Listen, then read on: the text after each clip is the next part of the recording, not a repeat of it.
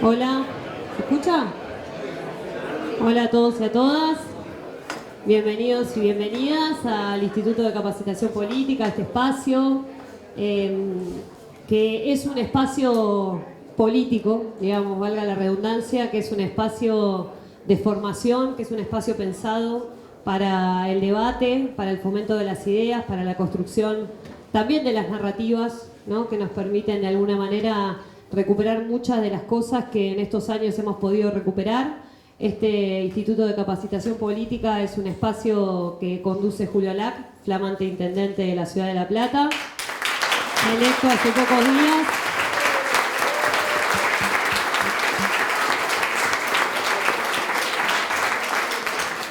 Así que quiero empezar agradeciéndole a todos y a todas, porque sé que muchos y muchas de los que están acá nos acompañaron en la campaña, laburaron, estuvieron en la mesita, hicieron el bajo puerta y convencieron a muchos y muchas platenses de que elija la propuesta de Julio Lac para que vuelva a gobernar la Ciudad de La Plata. Así que en nombre de él, que justo había una reunión con todos los partidos políticos de provincia y tenía que estar ahí, agradecerles a todos y todas, a Cristian, a Guido por supuesto por estar acá, pero a todo el equipo de ARBA que se puso la camiseta de este proyecto y que estamos seguros de que va a ser muy lindo todos los años que se vengan.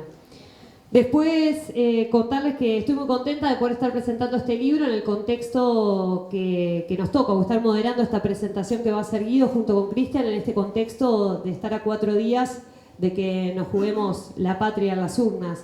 Y me parece que más que nunca, después de lo que nos tocó ver este domingo, que creo que nos sorprendió más de lo que ya estábamos sorprendidos a todos y todas, el poder estar acá, el poder estar siendo parte de un debate que se está dando en cada una de las casas, en cada una de las mesas de nuestra Argentina, y que creo que es muy válido encontrar cada uno de los argumentos que nos puedan llevar a dar esa discusión aún en los últimos 4 o 5 días. Digo, este libro que escribe Guido nos propone desde todos los lugares donde se ha construido esta narrativa, esta falacia, esta mentira por la cual muchos y muchas terminan eligiendo una propuesta que en realidad lo único que hace es venir a proponerle una mentira estructural, una mentira sobre el futuro que en realidad no va a ser. Digo, y poder sacar ese velo, correr ese velo, es una de las dificultades que estamos teniendo en este tiempo histórico.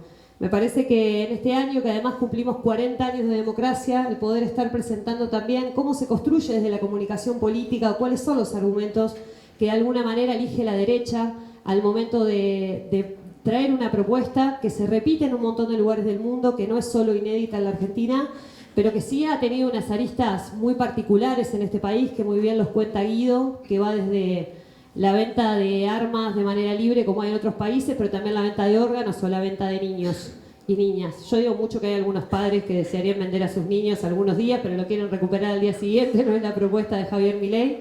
Pero la verdad que una de las cuestiones que más me interesó de pensar este libro, de leer este libro, tiene que ver con qué se entiende por la libertad.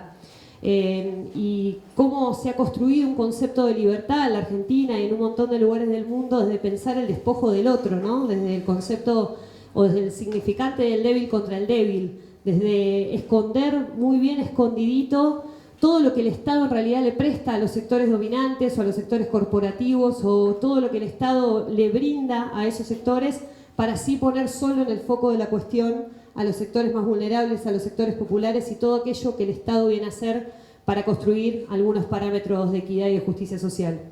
No quiero yo extenderme mucho más porque realmente lo queremos escuchar a Guido, pero sí quería agradecerte porque creo que poder poner en debate algunos temas en los momentos importantes, escribir un libro no es fácil, publicarlo tampoco, y llegar a tiempo tampoco es muy fácil. Así que me parece que es muy importante que estemos pudiendo presentar este libro. A Cristian por siempre estar presente, pero además por construir de este espacio, construir de los espacios del Estado, espacios comunes, espacios donde los trabajadores y trabajadoras nos podamos sentir partes, nos sintamos parte de un proyecto, que el Estado se humanice, que sepamos para qué estamos cada uno en nuestros puestos de trabajo. Es la base principal, creo, de la política del gobierno de Axel Kicillof, y creo que la representación de verlos a ustedes acá, acompañando a Cristian, pero por sobre todo prestándose a escuchar la presentación de este libro, a debatir, a construir una Argentina distinta, una provincia distinta, es lo que Axel Kicillof nos viene a proponer como un nuevo paradigma en la política hoy de la provincia de Buenos Aires y creo que para todo el país. Así que desde ese lugar, desde el honor, el orgullo de acompañar al, para mí, el mejor gobernador de la historia de la provincia de Buenos Aires, a este equipo maravilloso, y a Julio Lac, les doy la bienvenida a todos y todas y los dejo con el autor de este maravilloso libro, con Guido Agostinelli.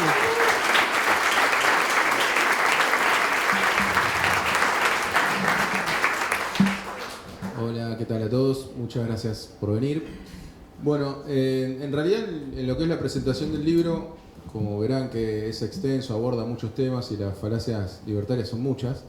Generalmente yo hago una introducción contando un poquito en general del libro, los aspectos más importantes introductorios, pero me parece que es importante que a medida que se va haciendo la presentación, ustedes piensen en qué cuestión ustedes encuentran que es difícil poder rebatir estas cuestiones que nos plantean los libertarios, o qué situación se les presenta diariamente para poder tratar de utilizar este libro como herramienta para poder responder a lo que denominamos las falacias libertarias.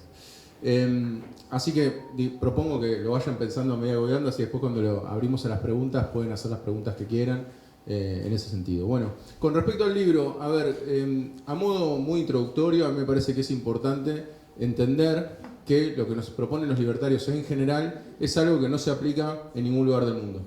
Esto hay que entenderlo así y hay que entender también cuáles son los países que más se desarrollan y se desarrollaron a lo largo de la historia, están bien alejados, están en las antípodas de lo que ellos proponen. Vamos a hacer un ejercicio muy rápido de decir, en el libro está explorado en mayor profundidad desde ya, que es la potencia número 1 del mundo, es Estados Unidos. Estados Unidos es un país súper keynesiano, podemos decir más keynesiano incluso que Keynes, digo, que propone un gasto público para estimular la economía y a raíz de eso tiene un déficit fiscal de hace más de 20 años. O sea, tiene un déficit fiscal crónico en vez de tener un déficit fiscal provisorio como planteaba el autor. Keynes es el enemigo de Milei, también lo escuchamos decir a todos lados, ¿no? Keynesiano como si fuese un insulto, ¿no? Pero digo, Estados Unidos entonces recurre a los déficits fiscales, tiene un gasto público más alto que China, o sea que usa esa herramienta de forma bastante asidua. Y a su vez en este momento tiene el plan de infraestructura más grande de toda su historia, con Biden a la cabeza haciendo un plan de infraestructura de construcción de rutas, viviendas, etc. O sea que tiene un Estado súper activo. En materia de proteccionismo todavía sigue siendo uno de los países que tiene más barreras proteccionistas, digamos, para comercializar con el exterior. Y bueno, podemos encontrar la potencia número 1 del mundo, que está lejana, si bien se llama la tierra de la libertad, ¿no? Encontramos que está bastante lejana de las premisas que nos plantean los libertarios. Después tenemos un segundo ejemplo, que es el país que más crece en estas últimas décadas, que es China. Bueno, podríamos decir que tiene el Partido Comunista a la cabeza y ahí cerrar un poco el debate, ¿no? Que de libertario el Partido Comunista debe tener poco, pero más allá de eso, ¿qué es lo que hace? También tiene empresas estatales que son muy representativas en China, empresa estatal de alimentos, de inmobiliaria, de comunicaciones, de energía, de todo lo que se ocurra, hay empresas estatales. Y segundo, uno cuando presenta o cuando tiene idea de instalar una industria en China, se tiene que adaptar a un plan industrial chino. O sea, China tiene una economía muy planificada. De nuevo, uno también me podría decir, che, pero en realidad yo no me quiero parecer a los chinos, y es verdad, yo tampoco me quiero parecer a los chinos, pero quiero decir, es un ejemplo de crecimiento de estas últimas décadas. Y por otro lado podemos usar el otro ejemplo que podría decir, bueno, en vez de ver estas dos superpotencias, ¿a qué países nos queremos parecer? ¿O cuáles son los países que dan mejor en el índice de desarrollo humano, en términos de desarrollo y de buen vivir, de vivir bien en esos países? Y nos encontramos con que donde mejor se vive es Europa, más precisamente en los países nórdicos. Bueno, y vamos a estudiar qué es lo que pasa en definitiva en los países nórdicos, cómo se comportan. ¿Son libertarios? ¿O tienen algunas premisas libertarias? Bueno, no. ¿Qué es lo que nos encontramos en los países nórdicos? Lo que se llama la presión impositiva, o mal llamada presión impositiva, que son impuestos sobre el PBI, son los países que más impuestos cobran, los países nórdicos. O sea que ya ese discurso de Milei que nos dice el Estado siempre te roba, el Estado siempre es un ladrón, el Estado es un chorro, ¿no? Dice alguna expresión por el estilo. Lo que nos encontramos es que los países donde más nos roban con los impuestos son justamente los países nórdicos. ¿Y qué más tienen estos países nórdicos? Bueno, 1 de cada 3 empleados en Noruega es empleado público, 1 de cada 4 empleados en el resto de los países nórdicos, por ende hay una fuerte presencia de empleo estatal. Y también hay empresas estatales muy destacadas, en empresas sobre todo en energías renovables. Y se da el caso bastante llamativo en Suecia, que incluso las bebidas de alta graduación alcohólica están monopolizadas por una empresa estatal. O sea, fíjense hasta dónde se intrometen en la vida de la población los suecos, que hasta hacen una empresa que monopoliza la venta de bebidas alcohólicas. O sea que claramente estamos muy lejos en los países nórdicos de estas premisas que nos proponen los libertarios. Entonces en el libro que exploramos decimos, bueno, vamos a ver cuál es más allá de los ejemplos que podríamos decir a simple vista, bueno, ¿qué nos dicen los libertarios? Le decimos, bueno, libertario, che, ¿qué ejemplo me das de país? Y ahí, como yo este tema lo vengo estudiando ya hace muchos años, a mí la escuela austríaca siempre me llamó la atención, también vale la aclaración, es una escuela que a mí siempre, como estudiante, me llamó la atención, porque siempre me pareció muy, muy teórica y poco práctica. Entonces yo ya tenía muchas anotaciones de este tema y venía siguiendo a ver qué ejemplos nos podían dar y siempre me daba cuenta de que cambiaban de ejemplo. Que esto también es algo muy llamativo, ¿no? Porque si es una receta tan buena, ¿por qué van cambiando de ejemplo constantemente?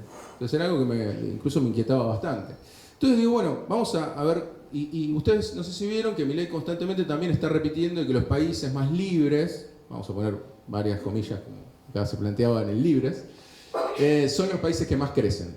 Entonces, bueno, ¿en qué te basás para decir que un país es más libre o menos libre? Bueno, en el índice de libertad económica. ¿Estamos? El índice de libertad económica lo hace una fundación que se llama Heritage y lo que hace es recopilar algunos datos de la economía y lo hace en forma súper arbitraria. O sea, los países supuestamente más libres se construyen a través de un indicador, de un índice, que tiene varios indicadores dentro, que mide, por ejemplo, el gasto público, ¿no? Entonces uno se podría pensar, bueno, el gasto público si es bajo, si Milei nos dice, ¿no?, que es el ladrón, el Estado, dice, che, tiene que dar bajo y tiene que darme bien en el índice de libertad económica, o sea, a menos gasto, mejor. Bueno, cuando exploramos el índice nos damos cuenta que en realidad, si está muy bajo el gasto, se lo penaliza al país. Entonces ya empieza a ser un poco contradictorio, o sea, se lo penaliza si está muy bajo o si está muy alto, ¿no? Como que hay un determinado valor de eficiencia del gasto público, que ellos la buscan, la exploran de esa manera. Y por otro lado también, por ejemplo, hablan de la justicia, de cómo funciona la justicia. Y se basan en la percepción que tenemos todos nosotros de cómo funciona la justicia. Y así, sucesivamente, en varias... Y bueno, en materia tributaria, por ejemplo, no se fijan cuál es la presión tributaria, no se fijan cuáles son los impuestos sobre el PBI, sino que lo que hacen es medir las alícuotas máximas que se cobran a los trabajadores o a las empresas. Por ende, pareciera que Heritage está más preocupado por cuánto se le cobra a los ricos que por cuánto se le cobra de impuestos a la población en general. O sea, en definitiva, de toda esa ensalada que les acabo de mencionar, que es el índice de libertad económica, se desprende un ranking. ¿Estamos? Entonces uno podría decir, bueno, a ver, vamos a darle, no vamos a seguir criticando el índice de libertad económica, le vamos a dar un poquito de razón a los que plantean este índice y vamos a ver quién es el país número 1 de ese ranking. Entonces ahí decimos, bueno, si los países que más libres son los que más crecen, vamos a ver qué pasa con el país número 1 de este ranking. El país número 1 de este ranking es Singapur. ¿Estamos? Entonces, decimos, bueno, vamos a estudiar Singapur. ¿Qué tendrá esta economía? Ahí uno se imagina que puede estar todo lo soñado por Milei o por los libertarios. No, lo que nos encontramos que es que el 20% del PBI de Singapur está aplicado por las empresas estatales. Nos encontramos con que el mayor poseedor de tierras en Singapur es el mismo Estado, que aparte no solamente es poseedor de tierras, sino que lo destina a planes de vivienda y a planes industriales. Y en términos políticos, ¿qué tiene Singapur? ¿Cuál es su partido político? Bueno, su partido político se llama el PAP, el Partido de Acción Popular, que está hace más de 60 años en el poder. O sea que, digamos, esa es la libertad que profesan los libertarios, Singapur. Ahora, como Singapur arroja estos datos, y evidentemente no les gusta porque no les suele, de hecho, en toda esta campaña, miré ejemplos de muchos países, nunca nombró a Singapur, lo cual es llamativo porque tomás ese parámetro para decir que los países más libres son los que más crecen, pero no tomás al país número 1 de ese ranking. Entonces ahí ya entramos en la primera contradicción, ¿no? Ahora sí se animó a decir, bueno, Irlanda, dicen ahora. De nuevo, cambian, ¿no? Van cambiando de ejemplo. Irlanda es el puesto número 3, no es el puesto número 1. Pero Irlanda, ¿qué nos encontramos cuando estudiamos Irlanda? Bueno, que el IVA en vez de ser el 21 es el 23%, o sea que tiene más presión tributaria para el consumidor. Nos encontramos con que es un país que tiene, por ejemplo, agua potable y gratuita para toda la población residencial. O sea, más que lo que sucede acá, digamos. O sea, allá no tenés que pagar por el agua si estás en tu casa, más allá del consumo que tengas. Y después lo que nos encontramos que tienen empresas estatales, ya de correo, tienen la televisión y la radio pública, tienen por ejemplo lo que son planes para desempleados, que incluso justificándolos se pueden expandir en el tiempo con justificación prácticamente en forma ilimitada. O sea que hay una asistencia del Estado fenomenal. En definitiva, no hay ejemplo libertario en el mundo. Esto es lo que hay que tener presente. No hay ningún país que lleve a las políticas libertarias a buen puerto. No pasa, no ocurre.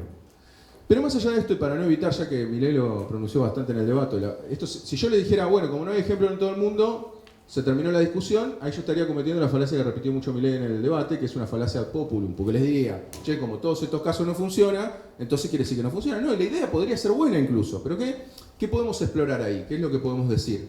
Bueno, ¿qué pasó en el caso argentino? Y eso también está explorado en el libro. ¿Qué pasa cada vez que liberalizamos la economía en Argentina? Cada vez que liberalizamos la economía en Argentina nos fue peor.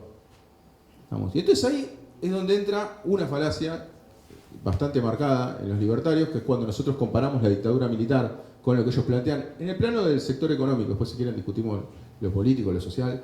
Pero en el aspecto económico, cuando uno ve los 12 puntos de Martínez de Oz que propone de liberalización de la economía, hay una coincidencia espectacular. O sea, y ahí, ¿qué es lo que te responde el libertario? Te dice, no, pero en realidad nosotros proponemos medidas de primera generación, de segunda, de tercera generación. ¿Y ahí qué falacia se comete? La falacia, lo que llamamos la falacia de nirvana, o de la solución perfecta. ¿Qué sería? Yo propongo una determinada medida, o un determinado conjunto de medidas, y si vos no tomas exactamente todo este conjunto de medidas, yo no me hago cargo de los resultados, ¿no? O sea, como diciendo, no es perfectamente lo que nosotros proponemos. Entonces lo que dicen de la dictadura militar no es exactamente lo que nosotros estamos proponiendo ahora, ¿no? Sería bastante ilógico también que sea exactamente, ¿no? Dado los contextos históricos y demás, que alguien proponga exactamente lo mismo. ¿Por qué dicen que no proponen exactamente lo mismo? Porque, por ejemplo, dicen que ellos están en desacuerdo con el endeudamiento externo, ¿no? Lo cual, ahí, es también no entender cómo funciona la economía y la dinámica económica en Argentina. El endeudamiento externo, incluso acá voy a decir algo polémico, me gusta entrar también un poco en polémica, yo me animo a decir, me hago responsable de lo que digo, que incluso para Macri no fue un objetivo endeudarse. ¿Vamos? Fue una consecuencia de las malas políticas que se llevaron adelante. El endeudamiento es muy difícil que algún economista seriamente les diga, mi política es endeudar, ¿no? Lo que ocurre es que cuando vos dejás liberados los capitales para el ingreso y el egreso de capitales o para la importación y la exportación, cuando ese saldo te da negativo, vos lo tenés que suplir de alguna manera y esa manera es con endeudamiento externo. Entonces, ¿qué es lo que ocurre? La dictadura militar no fue que tuvo un plan de endeudamiento, se tuvo que endeudar para justamente poder mantener las premisas que plantean hoy los libertarios, que es la libre entrada y salida de capitales. O sea que es importante entender esto, es importante que cuando hacen esta diferenciación entre las políticas decís, bueno, en realidad es porque justamente no estás entendiendo cómo funciona la economía argentina.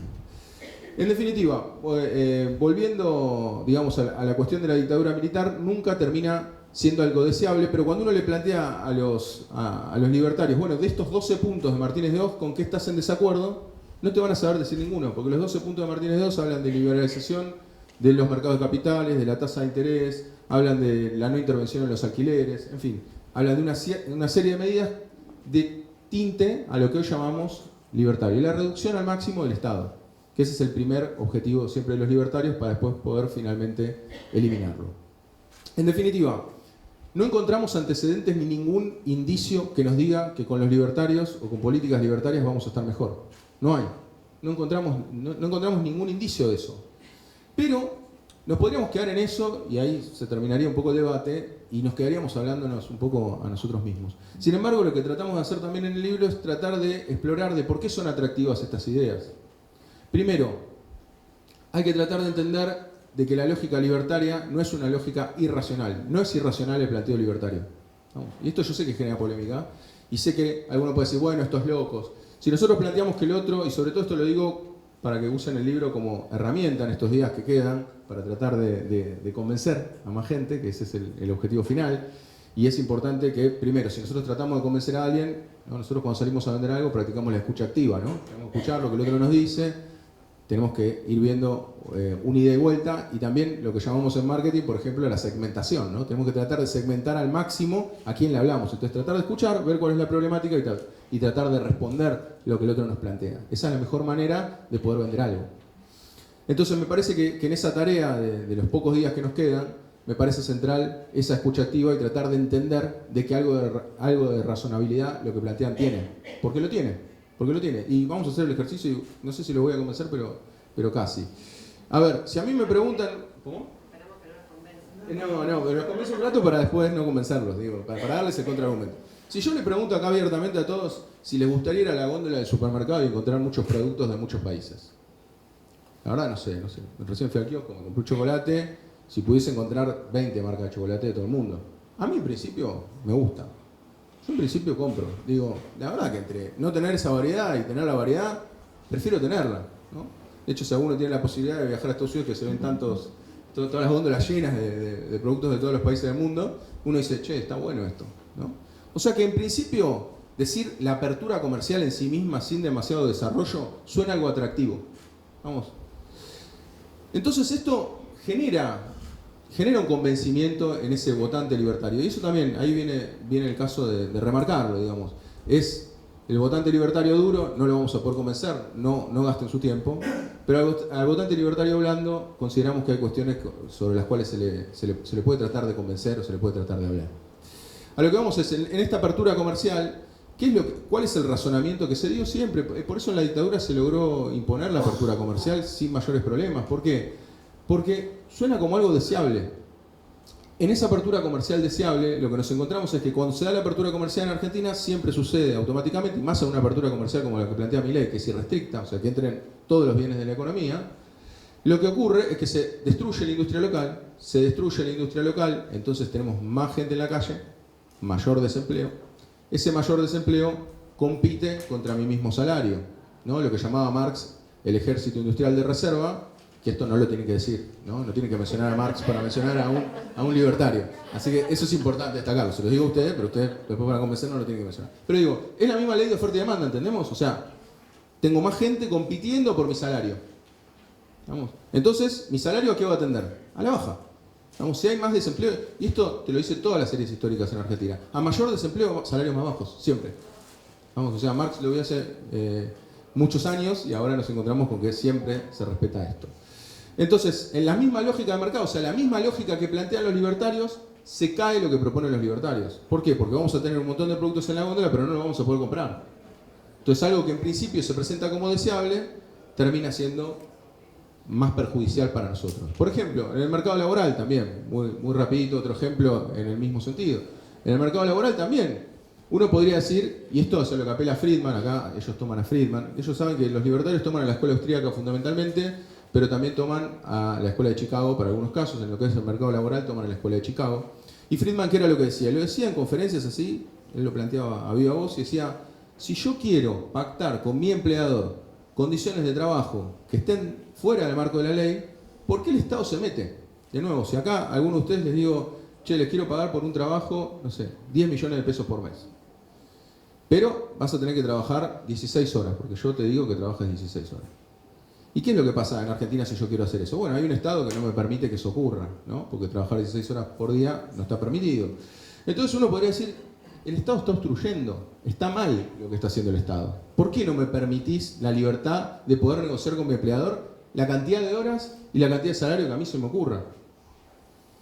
¿No? Y entonces, en principio, ¿se presenta como algo razonable ese planteo? Sí. Digo, se plantea, en términos individuales, se plantea como algo razonable. No me quiten la libertad de poder negociarlo. ¿Qué es lo que ocurre? Bueno, acá es más sencillo el ejemplo, porque acá justamente lo que nos tenemos que retrotraer es a la época donde no había derechos laborales. ¿Qué es lo que va a pasar cuando esto lo extendemos a toda la sociedad? Bueno, lo que va a ocurrir es que todos vamos a terminar trabajando 16 horas y que no nos van a pagar 10 millones de pesos, porque como vamos a ser muchos los que vamos a estar dispuestos a laburar por 16 horas, nos van a pagar mucho menos. Y posiblemente nos paguen lo mismo que estamos ganando ahora, laburando más horas. Entonces, de nuevo, desde la posición individual, tiene cierta lógica. Cuando llegamos al nivel, a la sociedad en general, esa lógica se empieza a caer. Con los órganos pasa lo mismo. Por ejemplo, otro que tuvo... Este me parece particularmente interesante lo de la compra y venta de órganos, porque ellos lo llaman como campaña del miedo. Cuando ellos mismos son los que pusieron en debate, pues se imaginan que en ninguna elección estuvo en debate lo de la compra y venta de órganos. No es que a un periodista se le ocurrió en la mañana compra y venta de órganos, ¿no? Es también agarrar a Rothbard. Ustedes saben que Milei se basa en Rothbard. Rothbard es uno de los teóricos de la escuela austríaca, que incluso lo que él planteaba era la privatización de las calles, y dice textualmente, para evitar a los indeseables. O sea, fíjense el pensamiento de Rothbard. Pero digo, cuando nos plantean lo de la compra y venta de órganos, que genera bastante rechazo en la sociedad, y es lógico, y Milei dice, bueno, pero eso es una discusión filosófica. Pero es súper importante la discusión filosófica de alguien que se postula para presidente, ¿o no? O sea, ¿cómo no va a ser importante? No me importa ya si lo pusiste en la plataforma o no lo pusiste en la plataforma, ¿no? Que ellos niegan, aparte, incluso puntos que ponen en la plataforma, como la libre deportación de armas, pero más allá de eso, en lo que son la compra y venta de órganos, ellos dicen que es una discusión filosófica. Lo cual es importante discutir cuál es la filosofía que ellos plantean. ¿Y qué nos lleva de nuevo la compra y venta de órganos? Yo digo, yo quiero vender una parte de mi cuerpo y tengo al señor de la esquina de nuevo que me quiere pagar 10 millones de pesos por mi mano izquierda.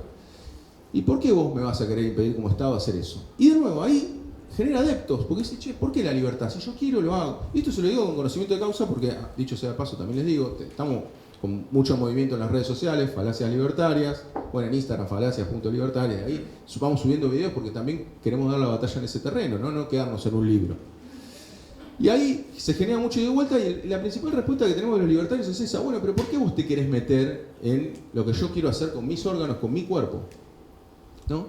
Y ahí, de nuevo, cuando vos lo llevas a toda la sociedad, lo que te encontrás es, primero, ya esos 10 millones de pesos, como pasaba en el mercado laboral, no me los van a pagar, porque ya vamos a ser muchos los que estamos necesitados para vender alguna parte del cuerpo, sino que lo más terrible son los 3 grupos de personas que podemos encontrar como conclusión en la compra y venta de órganos. Una, el rico que necesita un órgano va a poder ir y comprarlo, y lo va a conseguir inmediatamente. Va a haber una persona pobre que va a necesitar plata para pagar sus deudas, para mantenerse, y va a ir y va a vender sus órganos. Y tercero, y más triste, es que va a haber un pobre que va a necesitar órganos y que se va a morir. Entonces, de nuevo, son lógicas muy individualistas que no contemplan, cuando vos las llevas a nivel social, cuando las llevas a nivel macro, se caen. ¿Y qué nos parece importante destacar? Y el libro apela un poco a eso. Nos parece importante destacar que individualmente, que a las personas que piensan así, que razonan así, como estos ejemplos que les fui dando, es muy difícil que nosotros le podamos imponer o le tratamos de transmitir ideas de solidaridad, ideas de bien común. Vamos, todo lo que creo que si estamos todos acá, todos tenemos esas cuestiones en la cabeza, todos pensamos en el otro, pensamos en forma solidaria, ¿no?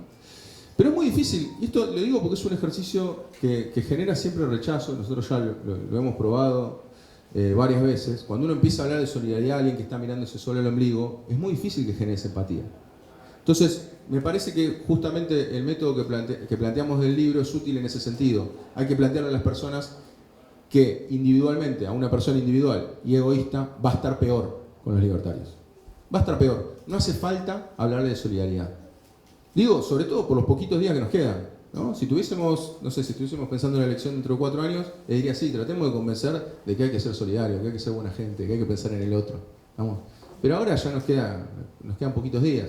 Entonces es importante que quienes se sientan atraídos por estas ideas entiendan que las mismas personas se van a ver perjudicadas, ellos mismos se van a ver perjudicados en términos individuales con las políticas libertarias y si Milei llega a la presidencia. Bueno, perdón, no me quiero extender más, pero quería, más que nada ahora los temas, porque sé que, a ver, no sé si vieron un poco los temas del libro, pero se pueden preguntar lo que quieran, porque yo tengo solamente una ventaja sobre ustedes, que es muy pequeña, no es el estudio ni nada por el estilo, sino que justamente me pasé 4 años viendo videos de Milei antes de que sea famoso, así que me los sé todos, ¿no? Así que me pueden preguntar de lo que quieran de Milei. No va a haber nada que me van a agarrar y me van a decir, ah, te agarré, no me van a agarrar con nada. Así que me pueden preguntar de lo que quieran, de lo que hayan escuchado, de lo que me parece que es más dinámico si se genera eso, pues yo podría contar muchos ejemplos, pero me parece que así la dinámica se hace más entretenida.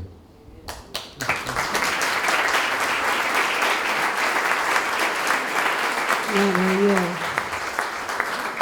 muchas gracias. Ahora vamos a abrir a preguntas. Yo, que estoy muy quemada después de una campaña, me olvidé de hacer la presentación, en realidad para lo que me habían invitado, tanto Gaspar como Cristian. Se me ocurrió filosofar un poco. Ahora que sé que vos estuviste 4 años mirando videos de Milei, sé que vos debes estar peor que yo. Perdón, leyendo a Rothbard y a vos Mises, que no sé si es peor. Todo bárbaro. Te voy a presentar y voy a decir algo de Cristian. Los dos son economistas y los dos tienen una maestría en Economía Política de Flaxo, ambos hijos de la universidad pública, por eso no nos sorprende que estén acá también defendiéndola de alguna manera. Guido también realizó un MBA, actualmente es doctorando en negocios en la ESEADE, se desempeña como docente de macroeconomía y política económica de la UBA y geografía económica de la UNDAB y cuenta con vasta experiencia en manejo de empresas, tanto en el sector público como en el privado, y miembro de Fundus. En el caso de Cristian también es economista, es el jefe de muchos de ustedes, así que les voy a decir, es el director ejecutivo de ARBA, con lo cual tienen todos una tarea muy importante para la provincia hasta ahora y lo que se viene, ni te digo, Cristian, especialmente si no nos salen las cosas bien el domingo, así que prepárense. Cargo que tiene desde el 11 de diciembre de 2019, acompaña a Axel hace muchos años, fue presidente de la Comisión Nacional de Valores entre el 14 y el 15 y también director nacional de empresas con participación del Estado en el Ministerio de Economía de la Nación cuando fue ministro Axel Kicillof. Es licenciado en Economía, como bien dijimos, de la UBA, se graduó en el 2007. Se desempeñó como docente en la asignatura de Dinero, Créditos y Bancos, en Macroeconomía 2 y en Historia del Pensamiento Económico. Cursó la maestría en Economía Política de Flaxo y en 2011 obtuvo una beca doctoral en la UBA para su proyecto de tesis de doctorado sobre la problemática del tipo de cambio, potencialidades y límites, y forma parte de la comisión directiva de la Escuela Justicialista Néstor Kirchner, que es un orgullo también para que nos representes ahí. Así que ahora dije lo que me habían, para que Gaspar, que igual me había perdonado, pero no me quería obviar eso. Ahora sí, Cristian Girard, nuestro querido compañero, para que diga unas palabras. ¿Se acabó acá? Sí, podés. Bueno, muchas gracias, Luis. Gracias, Lucía, compañera. Me aburrí con la presentación, yo dije que tenía que ser más corta. Gracias, Guido, fundamentalmente por haber aceptado la invitación de venir a presentar este libro tan necesario, un libro súper urgente para los temas que tenemos que debatir en este contexto, así que calzó justo, pero si hace 4 años viene viendo videos de Milei, se adelantó, se anticipó, así que bueno, probablemente sea una discusión que vino para quedarse. Justo charlábamos antes de venir para acá, bueno, con los compañeros que están acompañando a Guido de Fundus, ¿no? Está Cecilia García, está Gustavo, Eva, Ian, Hernán, no me olvidé de nadie. La verdad que veníamos justamente hablando de eso, ¿no? ¿Qué pasa el domingo? Estamos frente a un momento bisagra de la historia de nuestro país y ante un parteaguas. Realmente no nos podemos imaginar cómo va a ser el lunes si la elección la gana Milei, alguien que profesa estas ideas. Y realmente no nos podemos imaginar cómo va a ser el lunes. Y el lunes está a 5 días de distancia, ¿no? Hoy es martes, 6 días. Entonces, de acá a 6 días no podemos saber lo que va a ser nuestra vida, lo que va a ser el país. Y eso realmente es algo que yo tenga conciencia, no pasó nunca en Argentina. Algo tan drástico y realmente tan serio como lo que está en juego el domingo en el balotaje, donde hay 2 candidatos que tienen propuestas muy diferentes y donde no da lo mismo, ni se trata de una opción de arriesgar, de jugárnosla, digamos, como sociedad para ver qué pasa probando con alguien que nunca gestionó, que nunca gobernó o que propone ideas nuevas. La verdad que cuando vamos a ver esas ideas nuevas, en realidad no son nuevas. Y lo que parece ser rebelde tampoco es rebelde. Yo el otro día decía en una entrevista que es un caballo de Troya, Milei. La propuesta libertaria es un caballo de Troya. Viene el envase, canchero, rebelde, contestatario, pero adentro está lleno de defensores de genocidas, de admiradores de Videla y de impulsores de las políticas de Martínez de Oz y de Cavallo, que ya vimos cómo funcionan en Argentina. ¿Sí? Vimos a los resultados, a los que condujeron al país y sobre todo a las grandes mayorías, al pueblo trabajador argentino, que es quien más sufrió en carne propia las consecuencias de esas políticas económicas. Así que me parece súper necesario discutir, charlar sobre estos temas. Les quiero agradecer, todavía no arranqué eso, les quiero agradecer a mis compañeros, mis compañeras que organizaron, está todo el gabinete de ARBA acá, a los gremios, Colo, Salomé, Roberto, UPCN, ATE, a ERI. Es importantísimo que estemos pudiendo contar con la presencia de los 3 gremios, porque habla de una claridad de lectura, de conciencia política de lo que está en juego y creo que habla muy bien de todos, sobre todo de ellos, de acompañarnos y de considerar importante participar de esto, que después aspiramos a que sea un debate, no un debate, no vamos a terminar los sillazos, estamos todos más o menos convencidos de lo mismo, pero sí un intercambio de ideas donde podamos tomar la propuesta de Guido de apelar al individualismo. A mí no me va a salir, pero yo voy a intentarlo. Pero bueno, después de la charla, la idea es que abramos el micrófono y que tengamos un intercambio, una reflexión política colectiva, porque eso también es la democracia, que pensemos colectivamente, que pensemos en conjunto y que después actuemos en consecuencia. Digamos, en segundo lugar, le quería agradecer a todos y todas las compañeras que vinieron, no solo hoy, sino que vienen participando de distintas actividades que venimos impulsando en ARBA y también fuera de ARBA. Fue fundamental agradecerle especialmente a Julio Alac y a Lucía Ayeñez y a todo el espacio político. Fue fundamental que nos abrieran las puertas de este lugar y además que nos dejaran colaborar con la campaña, tremenda campaña que hicieron en La Plata y que les permitió ganar la elección, que el peronismo recupere la ciudad capital de la provincia de Buenos Aires y también aportar para la reelección de Axel, que es determinante y fundamental para nosotros, porque Axel es el gobernador a quien estamos acompañando desde diciembre de 2019, que vamos a tener 4 años más de mandato, con la responsabilidad que eso implica, como lo asumimos, que es un mandato para hacer cosas, para seguir haciendo cosas, para terminar muchas cosas que están en proceso, y que eso depende de lo que pase el domingo en la elección. Así que así como militamos la boleta completa en la primera vuelta, ahora vamos a pedir el voto a masa, que es lo que estamos haciendo, porque sin un gobierno nacional peronista no hay posibilidad de desarrollar el plan de gobierno que lo llevó a Axel a la reelección en la provincia de Buenos Aires. Va a ser muy difícil, daremos las batallas y las luchas que hay que dar, llegado el caso, no creo que ocurra, pero no deja de ser importante señalarlo. Sobre el contenido de la charla, bueno, no quiero profundizar. La verdad que el libro me pareció súper claro y muy bien estructurado. También hablábamos con los compañeros antes de venir, esto de rebatir falacias es muy potente para la discusión política. Yo había pensado, la verdad, que iba a aprovechar, no estaba seguro, pero justo Guido mencionó algo, yo voy a proponer un ejercicio literario. Les voy a proponer que imaginemos un mundo en el que ganan los libertarios y viajamos en el tiempo. O les voy a proponer un viaje en el tiempo para escuchar un discurso. Imaginemos que dice un discurso y dice esto: desde un primer momento expresamos que a nuestro juicio una de las principales causas de la inflación era el déficit de presupuesto nacional y su financiación por medio de la emisión monetaria. Hemos llevado a cabo un verdadero proceso de sinceramiento de la economía del país.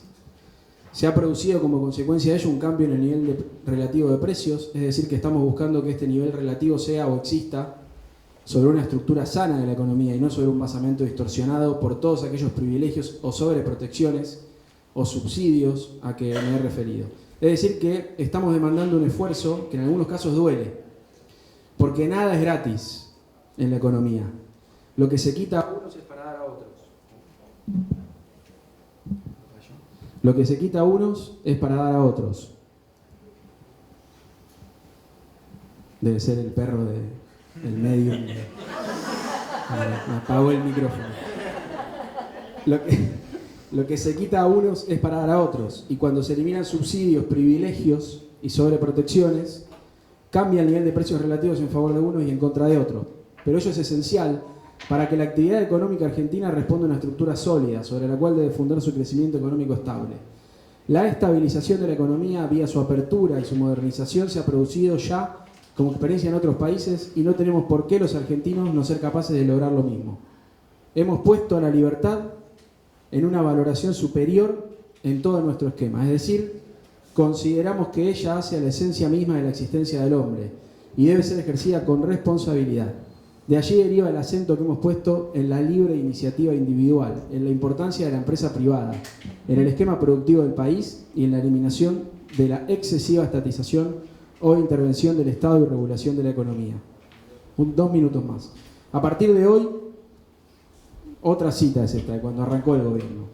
A partir de hoy rompemos la telaraña de un Estado prebendario, asfixiante y arbitrario, que trabó la vida productiva nacional con un conjunto de innecesarias regulaciones. A partir de hoy sentamos las bases firmes para favorecer un proceso de inversión, de iniciativa económica y de equidad social. A partir de hoy liberamos energías durante largo tiempo enmancilladas bajo la falsa disyuntiva de un sector público regulador y un mercado incompetente.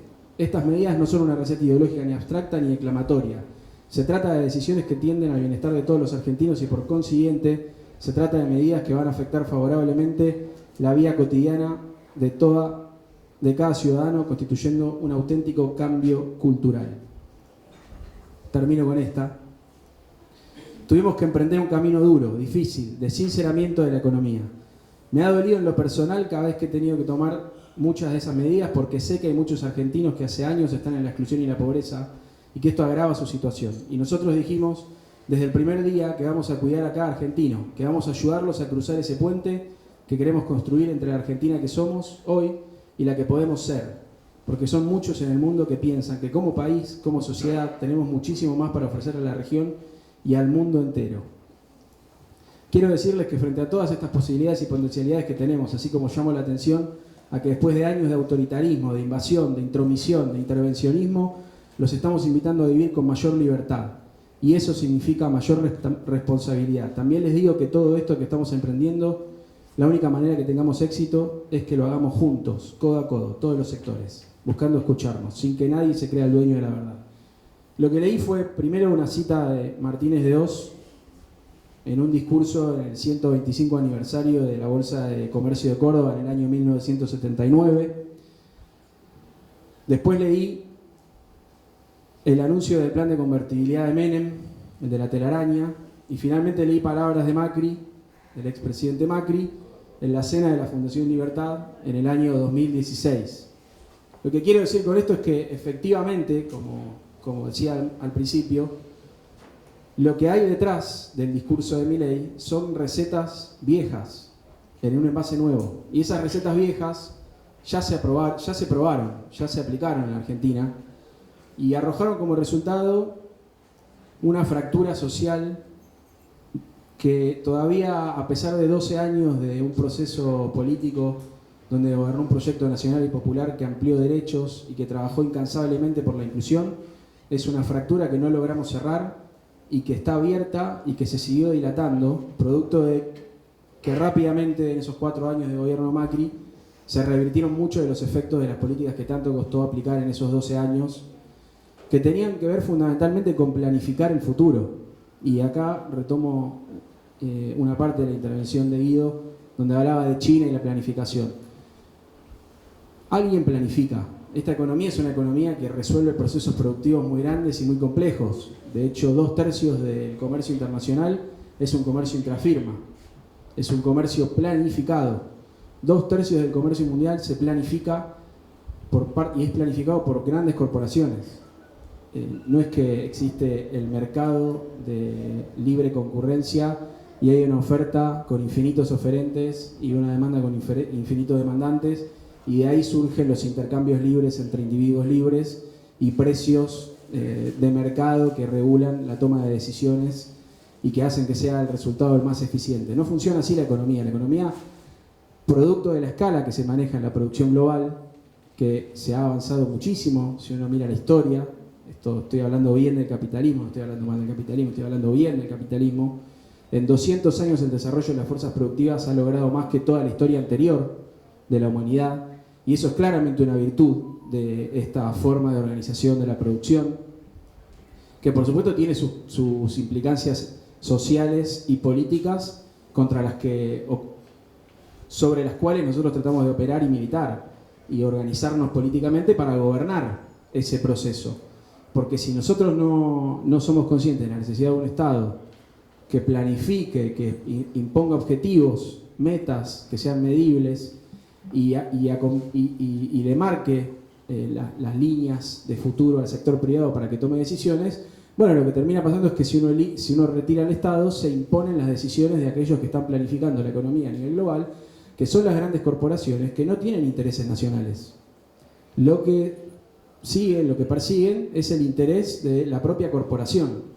la propia empresa transnacional. Entonces, eso hace que seamos muy poco inteligentes si nosotros creemos que dejando en manos de las grandes corporaciones la asignación de recursos, la definición de inversiones, la contratación de trabajadores para definir objetivos en cada territorio, vamos a llegar al mejor resultado posible para nuestro pueblo, realmente no estamos entendiendo cómo funciona el capitalismo. Y eso para mí es una crítica esencial a los libertarios, que es que no entienden qué es el capitalismo y cómo funciona. Lo que tienen es un modelo conceptual, teórico, basado en premisas muy fuertes, que además nunca se observa su cumplimiento, ¿no? Ya que hablamos de metodología, no se observa nunca su cumplimiento en la práctica. De hecho, la trampa metodológica a la que termina acudiendo este pensamiento económico es a la idea de que no importan tanto los supuestos y los presupuestos en los que se basa el razonamiento económico, sino los resultados. ¿Por qué? Porque claro, si uno va a ver los supuestos de los que se parte para analizar las propuestas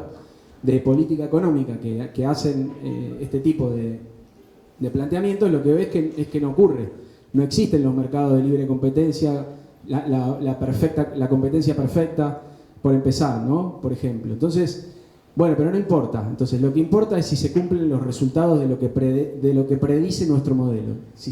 Eso conduce a algo que se llama el falsacionismo.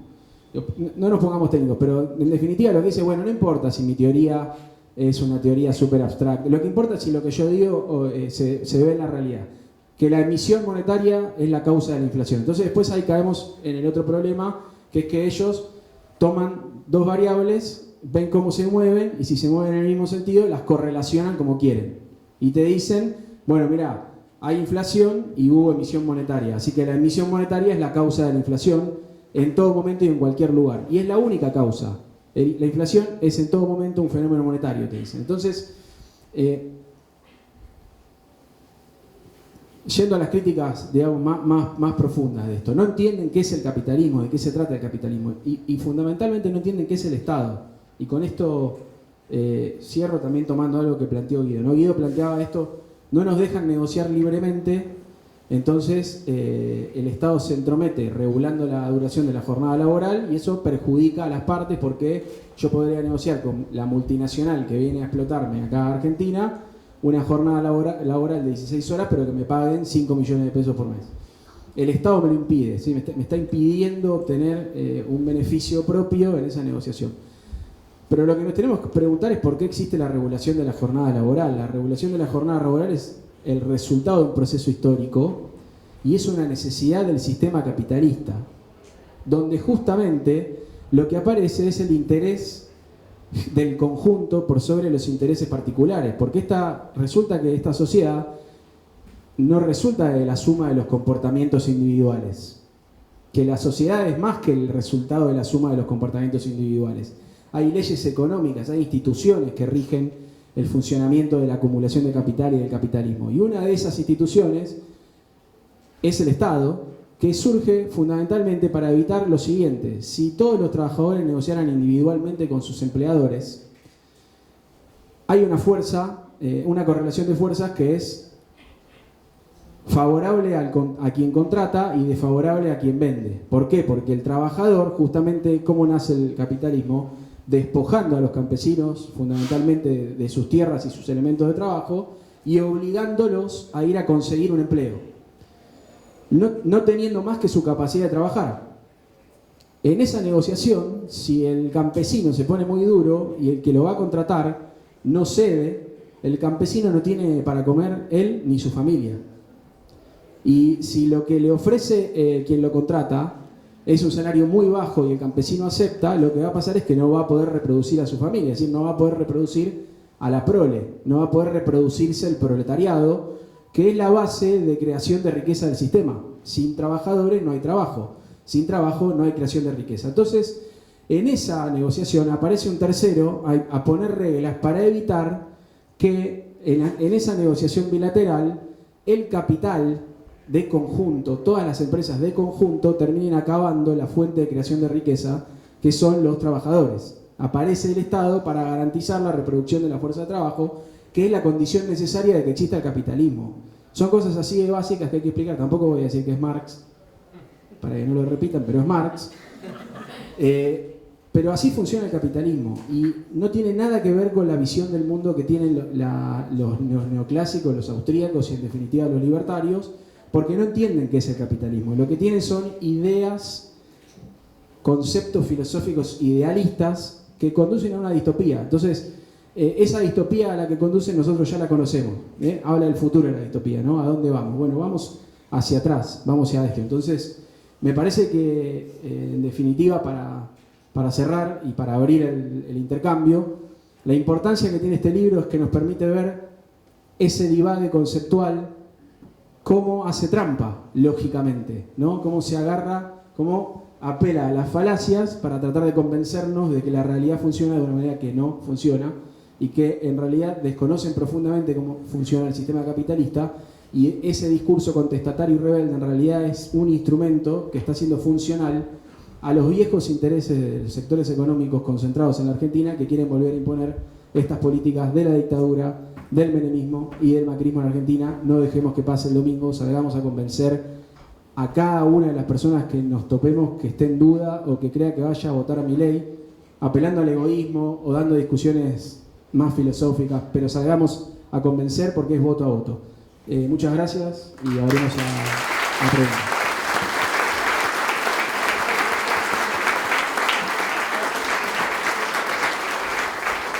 Muchas gracias, Cristian. Bueno, yo quiero decirle que cuando Cristian dijo piensen de acá a 4 años, no sé cómo es la mente de un economista, pero la mía voló hacia otro lugar. Yo estuve entre el día después de mañana y, no sé, Walking Dead con Milei adentro de un Transformer. De ahí no pude volver nunca. Así que bueno, muchas gracias.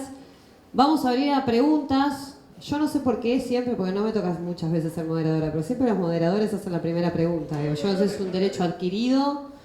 Pero ya que dijiste que estuviste 4 años mirando a Milei en comunicación, no, digo, si hay algo que me parece que nos ha pasado en el último tiempo es que hemos tenido hemos perdido la batalla en las redes sociales o en los nuevos lenguajes digitales, ¿no? Si hay algo de lo que no supimos desde el peronismo o desde el campo nacional y popular, dar la batalla en este último tiempo ha sido en ese lugar, y creo que la falta de acceso a ese lenguaje digital que tienen los pibes y las pibas y que uno, que se siente joven, no puede acceder, nos ha generado una instancia de falta de comunicación o de incomunicación con un sector, con un grupo muy importante, porque la verdad que representa una gran parte de la sociedad a la cual no pudimos acceder. Sin embargo, digo, ahora que me puse a pensar en cómo sería el país de Milei dentro de 4 años y me imaginé esta cosa media de ciencia ficción, también me pasó que durante estos días aparecieron varios memes, si se quiere, o varios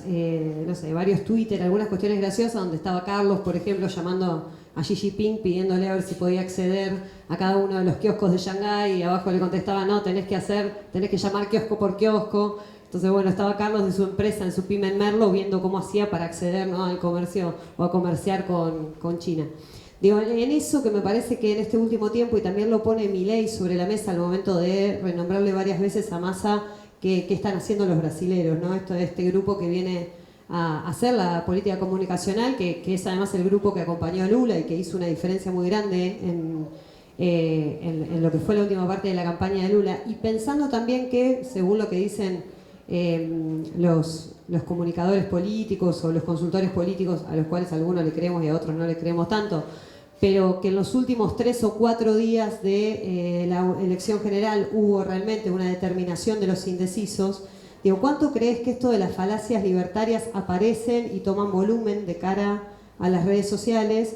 Y si viendo todo lo que viste en estos 4 años y este pequeño cambio de paradigma o volantazo, este último tramo de la campaña de Sergio Massa, ¿crees que realmente nos puede acompañar, digamos, en que la gente comprenda que estas ideas libertarias son falacias y en que las ideas de Sergio Massa es lo que nos puede permitir un futuro mejor?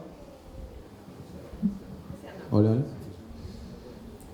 Bueno, sí, concuerdo completamente, digamos, toda esta simplificación que dimos, que Cristian también reforzó acerca de lo que plantean los libertarios, estas cuestiones modelizables, vamos a decir así, como un modelito con ciertas variables, que no incorpora todas las variables. Nosotros siempre resaltamos esto, ¿no? Son las variables de un mercado, de oferta y demanda, y punto. No incorporan cuestiones sociales, cuestiones culturales, por ejemplo, en el caso del feminismo está bien marcado, ¿no? Cuando él dice, che, si cuesta menos contratar a una mujer que un hombre, todas las oficinas estarían llenas de mujeres, ¿no? Y entonces no contempla, por ejemplo, en los cargos jerárquicos hay más hombres que mujeres, justamente porque hay una determinación cultural que hace que los dueños del capital elijan a hombres para esos rangos, ¿no? Esa cuestión cultural no está, es oferta y demanda, punto, ¿no? Es como, por eso yo digo, no es que es irracional, sino que es racional, pero con pocas variables adentro, que no es lo mismo, ¿eh? O sea, si le pones pocas variables, a ellos les cierra ese modelo, después no cierran la realidad. Con respecto a las redes, estoy plenamente de acuerdo, digamos, al ser un modelo simplificador, es mucho más fácil para los 90 segundos de los reels de Instagram. Eso desde ya.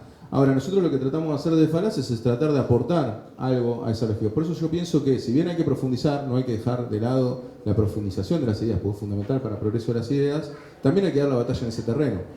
Digo, ellos plantean cosas como, bueno, el Estado es acusado de todo lo malo, ¿no? Entonces, bueno, a mí me parece que, por ejemplo, hay cosas que funcionan, que nosotros exploramos y que funcionaron, que es decir, bueno, ok, ¿cuál es el Estado que menor presión tributaria tiene, que menos impuestos cobra sobre su PBI? ¿Cuál es? ¿Alguno sabe acá cuál es?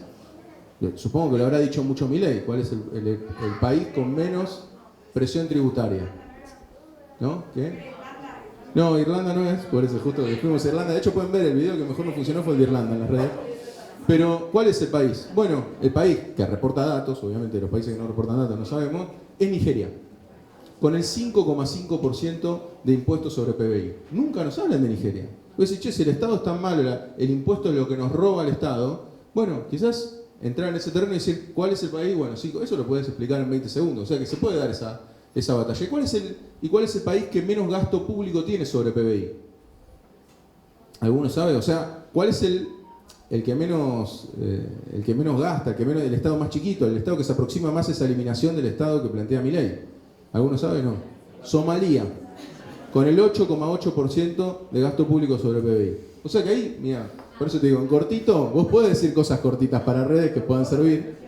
Creo que de hecho, por motivo de la dolarización, creo que pegó bien lo que planteaba Massa, esta cuestión de decir el modelo es El Salvador, Zimbabue y Ecuador, ¿no? Creo que eso caló hondo, porque está bueno ver cuáles son los ejemplos. ¿Qué país industrial está dolarizando? Por tomar el ejemplo de dolarización. Entonces me parece que ellos tienen un modelo muy sencillo que se explica mucho más fácil por redes, pero me parece que se puede dar la batalla también ahí. Estamos ahí sobre el pucho. Creo que hubo igual muchos casos en los cuales hubo distintos compañeros que han sabido transmitir esto indisciplinados, digo, por decir en las redes. Ustedes vieron que hubo muchos compañeros que han logrado transmitir esto, y me parece que es retroceder un poco en la discusión para después poder tomar impulso y dar otras discusiones más profundas, porque obviamente todos quisiéramos discutir un plan industrial acá en Argentina, pero si casi la mitad de la población, o vamos a decirlo así, un tercio de la población está diciendo que hay que eliminar el Estado, y bueno, tenemos que retroceder en la discusión. ¿Qué vamos a hacer? Es la que nos toca ahora, ¿no? Hay que retroceder, de nuevo, no hay que hablar con soberbia,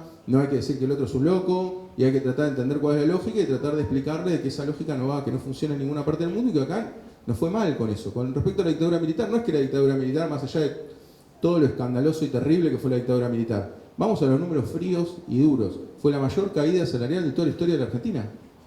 Fue el mayor endeudamiento que tuvimos, el proceso de endeudamiento que tuvimos en la Argentina. Empezamos, inflación, una inflación totalmente descontrolada. Y, de nuevo, estas respuestas, como decía Cristian, unicausales, que nada en la vida es unicausal, eso es lo que hay que entender. O sea, esta cuestión, bueno, la emisión monetaria genera inflación, punto, ya está, lo resolvemos. No, pará, hay un montón de cuestiones en el libro que inciden en los niveles de inflación. Entonces, a ver, sí, si vos me pedís a armar un video de un minuto, que no lo pudimos lograr todavía, explicando la inflación, no podés.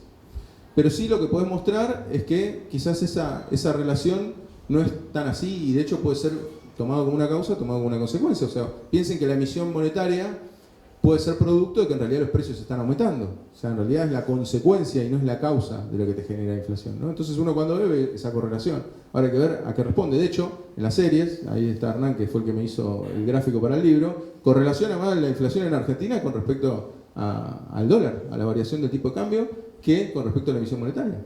Y esto no lo dicen. Ese también es otro problema de Milei.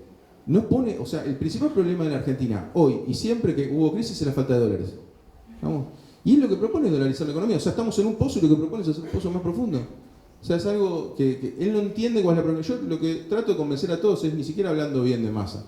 Yo siempre lo que digo cuando me preguntan más, porque me ha pasado varias, ¿viste? Me tratan de pinchar también con, bueno, ¿cuál es la propuesta? Mira, yo lo que digo es, por lo menos Massa entiende cuál es el problema. El problema de la Argentina es que faltan dólares, eso Massa lo tiene súper claro. Y Milei no, Milei pareciera como si actuara en default sin pensar que el principal problema que tenemos en Argentina es la falta de dólares. Así que con respecto a las redes sociales, yo pienso que hubo una pérdida de terreno en ese momento y creo que ahora se está en parte recuperando y eso yo creo que es bastante alentador. Y creo que hay que hacer el esfuerzo todos de tratar de simplificar lo que nosotros explicamos y después sí, para el que le interese, tratar de profundizar. Ya, tenemos una pregunta ya. Hola, ¿cómo están? No sé, ¿se escucha bien? Sí. Bueno, a Guido lo conozco hace bastante, sé que estuvo investigando durante mucho tiempo, fue el primero, creo que escuché que está tan preocupado por Milei como muchos otros.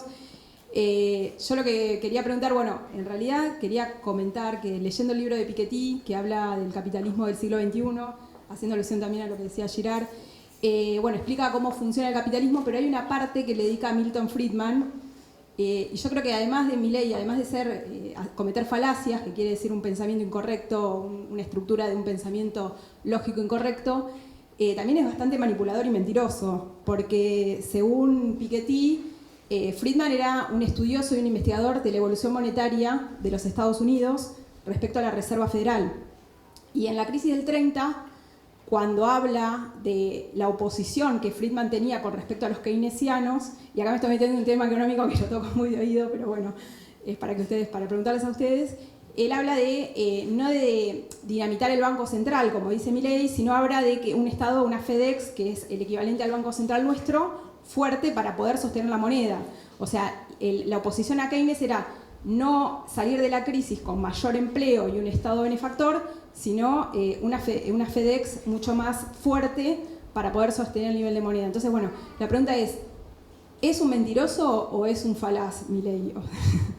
Y tiene que ver, yo creo, también con el tema de, en el mundo hay unas corrientes neofascistas, neocapitalistas, que también vienen en detrimento del Estado. Creo que Milei no es, esto lo hablo como politóloga, no es un fenómeno aislado, argentino o brasilero con Bolsonaro o de Vox en España, sino que hay toda una corriente neofascista internacional que lo que busca es la supresión del Estado, porque también, al no haber regulación y control, también nos prestamos a que esas inversiones ya no sean, y esto lo hablo también de parte de todos los estudios que tengo, porque pertenezco a la FIP, es un modelo que también se propicia el lavado de dinero y todo lo que es los fondos provenientes de la narcocriminalidad. Entonces creo que por ahí la dolarización va a ir por ese lado, que es lo que está pasando un poco en Ecuador, porque va acompañado del tema de la venta de órganos, del tráfico de lo que es la libre portación de armas.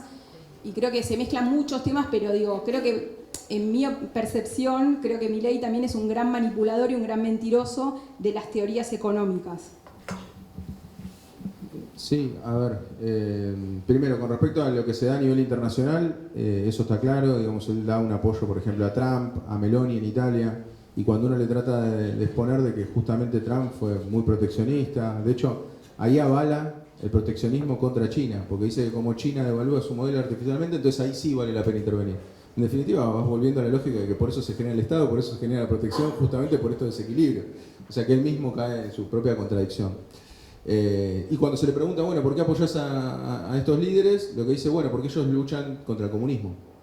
Entonces también, y en el libro está explorado este falso dilema, ¿no? O sos libertario o sos comunista, ¿no? O socialista.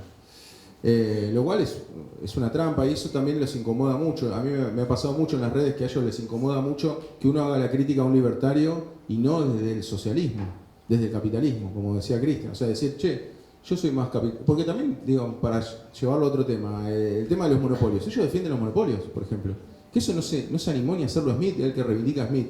No, es algo que es inconcebible en general para un economista decir que defendés a los monopolios. Ellos dicen, no, está bien que tengan un monopolio, ¿está? Está bien que eso se genere. ¿Por qué? Porque dicen, bueno, vendieron mejores bienes a mejores precios y han logrado imponer ese producto y es el premio, el monopolio es el premio a eso. Y sin embargo, justamente lo que nos lleva a esas situaciones, mucho, digamos, los monopolios, dicho por todas las corrientes económicas, generan un precio más alto, o sea, vos vendés los bienes a un precio más alto para maximizar tu ganancia. O sea que no es el ideal para el consumidor que haya monopolios. Sin embargo, ellos lo defienden. Lo cual también ahí habla, digamos, lo podemos conectar también con la cuestión impositiva, ¿no? Hablan de bajar impuestos y si hay monopolios y bajar impuestos, ese excedente va a parar al productor, no va a parar al consumidor.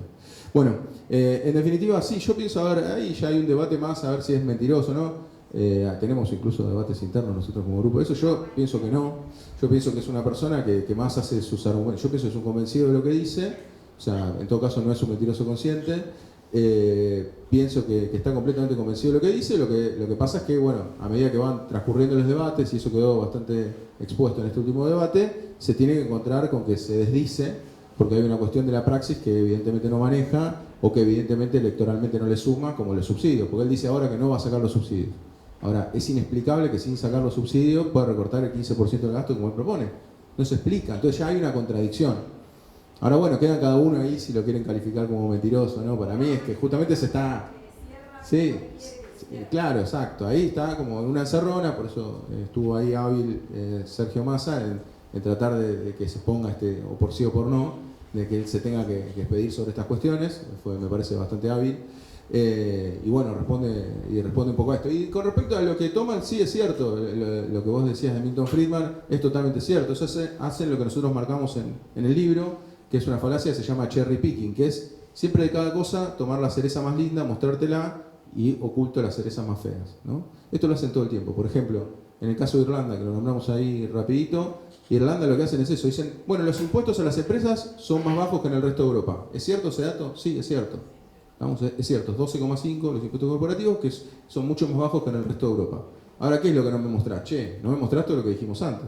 Che, las empresas estatales, che, no me cuesta tener agua potable en mi casa, che, me dan seguro por desempleo, ¿no? Che, el IVA es más alto que el que tenemos acá. Entonces todo eso no me lo estás contando. Ah, me contás que los impuestos a las empresas son más bajos. Bueno, quizás ahí exponen de que lo que les preocupa son los impuestos a las empresas y no los impuestos al resto de la población. Exacto. Porque si vos, por más que tengas un PBI muy alto, etcétera, etcétera, si no redistribuís el ingreso, entonces la sociedad nunca va a ser más igualitaria o más equitativa. Y en el caso de Irlanda se da el caso llamativo de como se instalan las empresas, por ejemplo, las patentes que tiene Apple se instalan en Irlanda porque necesitan tener una sede en Europa, les da un salto el PBI descomunal. Pero después cuando uno va al consumo real de los irlandeses desde el 2010, desde que se abrió la economía irlandesa, lo que ocurre es que cae. O sea que los irlandeses están viviendo peor que lo que vivían antes de liberalizarse en el sentido de abrirse a las economías, a las empresas, a las corporaciones más grandes. Ellos están viviendo peor, o sea que el PBI les da más alto artificialmente. ¿Por qué? Porque siempre tenés que tener una sede en Europa, entonces vos te puedes instalar en cualquier país, entonces aprovechan de que son parte de la Comunidad Europea para instalarse en Irlanda. Entonces ellos agarran ese caso porque dicen, miren, bajaron los impuestos a las empresas y subió el PBI. Che, pero pará, me estás tomando un solo dato de nuevo, me estás mostrando una sola cereza, no me estás contando todas las cerezas podridas que tenés atrás. Y eso es una falacia, ni más ni menos. El caso de Irlanda es bastante interesante porque aparte ahora Europa lo está obligando a que suba los impuestos. Lógicamente los europeos que van a decir que ven que se instalan en Irlanda porque cobran menos impuestos y decir, che, te estás aprovechando porque sos parte de la comunidad. Entonces ahora a Irlanda para el presupuesto del año que viene le están haciendo aumentar los impuestos a las corporaciones. Así que hay que ver cómo termina. Pues después, lo peor es que después se van a ir los capitales de Irlanda y van a decir, ven, es porque aumentaron los impuestos. O sea que siempre va a haber un contraargumento con respecto a esto. Dos cosas. Primero, para el sobrecimiento de no Milei, acá nadie tosió. No sé. No hay tosedores. Está David, el tesorero de la provincia también, no lo mencioné. Sí, yo creo que ahí sí hay un ocultamiento de parte de Milei cuando habla de dolarización, porque justamente la propuesta de Friedman era tener como salida de la crisis un manejo de la política monetaria que no sea contractivo para evitar que hubiera quiebras en el sistema financiero y de esa manera evitar que se traslade la crisis financiera al sector real, como se denomina. Y acá Milei lo que propone es destruir el Banco Central. Pero después hay otra segunda mentira o ocultamiento, que es que supuestamente él está en contra del Banco Central porque es la forma en la que roban los políticos chorros e ineptos y no sé qué más, que es apropiándose del señoriaje. Pero el señoriaje no desaparece si vos adoptás la moneda de otro país, sino que se lo apropia el país que emite esa moneda, con lo cual en realidad acá sería un poco Friedman, no sé, no me queda claro. Pero no habría señoriaje por emisión de moneda nacional, pero habría señoriaje por emisión del dólar, y eso sería un problema. Lo otro paradójico respecto de eso que señalás, me parece para problematizar, es que justamente esa fue la crítica de Friedman a la salida de la crisis del 30, y los hacedores de política económica que manejaron la crisis de 2008 en Estados Unidos aplicaron las críticas de Friedman y por lo tanto dieron una respuesta a la crisis de 2008 en línea con esa crítica que hacía Friedman a la salida de la crisis del 30, con una expansión del gasto o del presupuesto de gasto de inversión pública para sostener la actividad, imprimiendo recursos en la economía real directamente.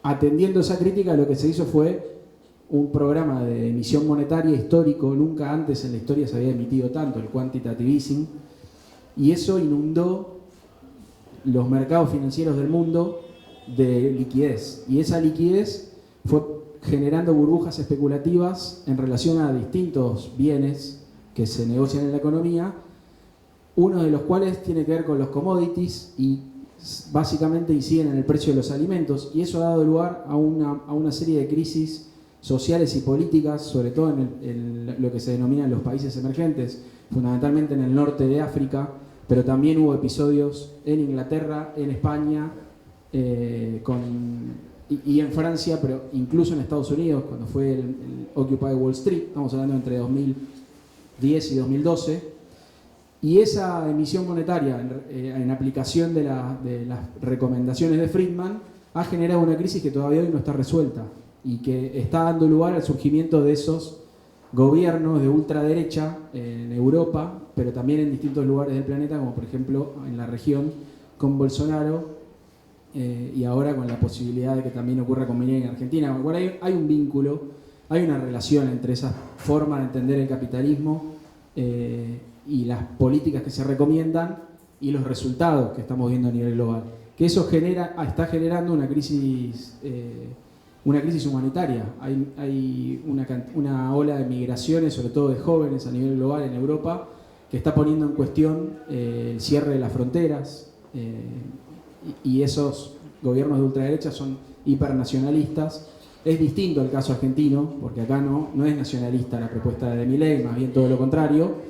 Pero bueno, es parte del mismo fenómeno y tiene que ver con las mismas ideas. Para mí me parece interesante traerlo eso para tenerlo presente. La aplicación de esas ideas condujo a esta crisis global en la que estamos inmersos y que dio lugar a la emergencia de este tipo de fenómenos políticos como los libertarios en Argentina. ¿Tenemos otras preguntas?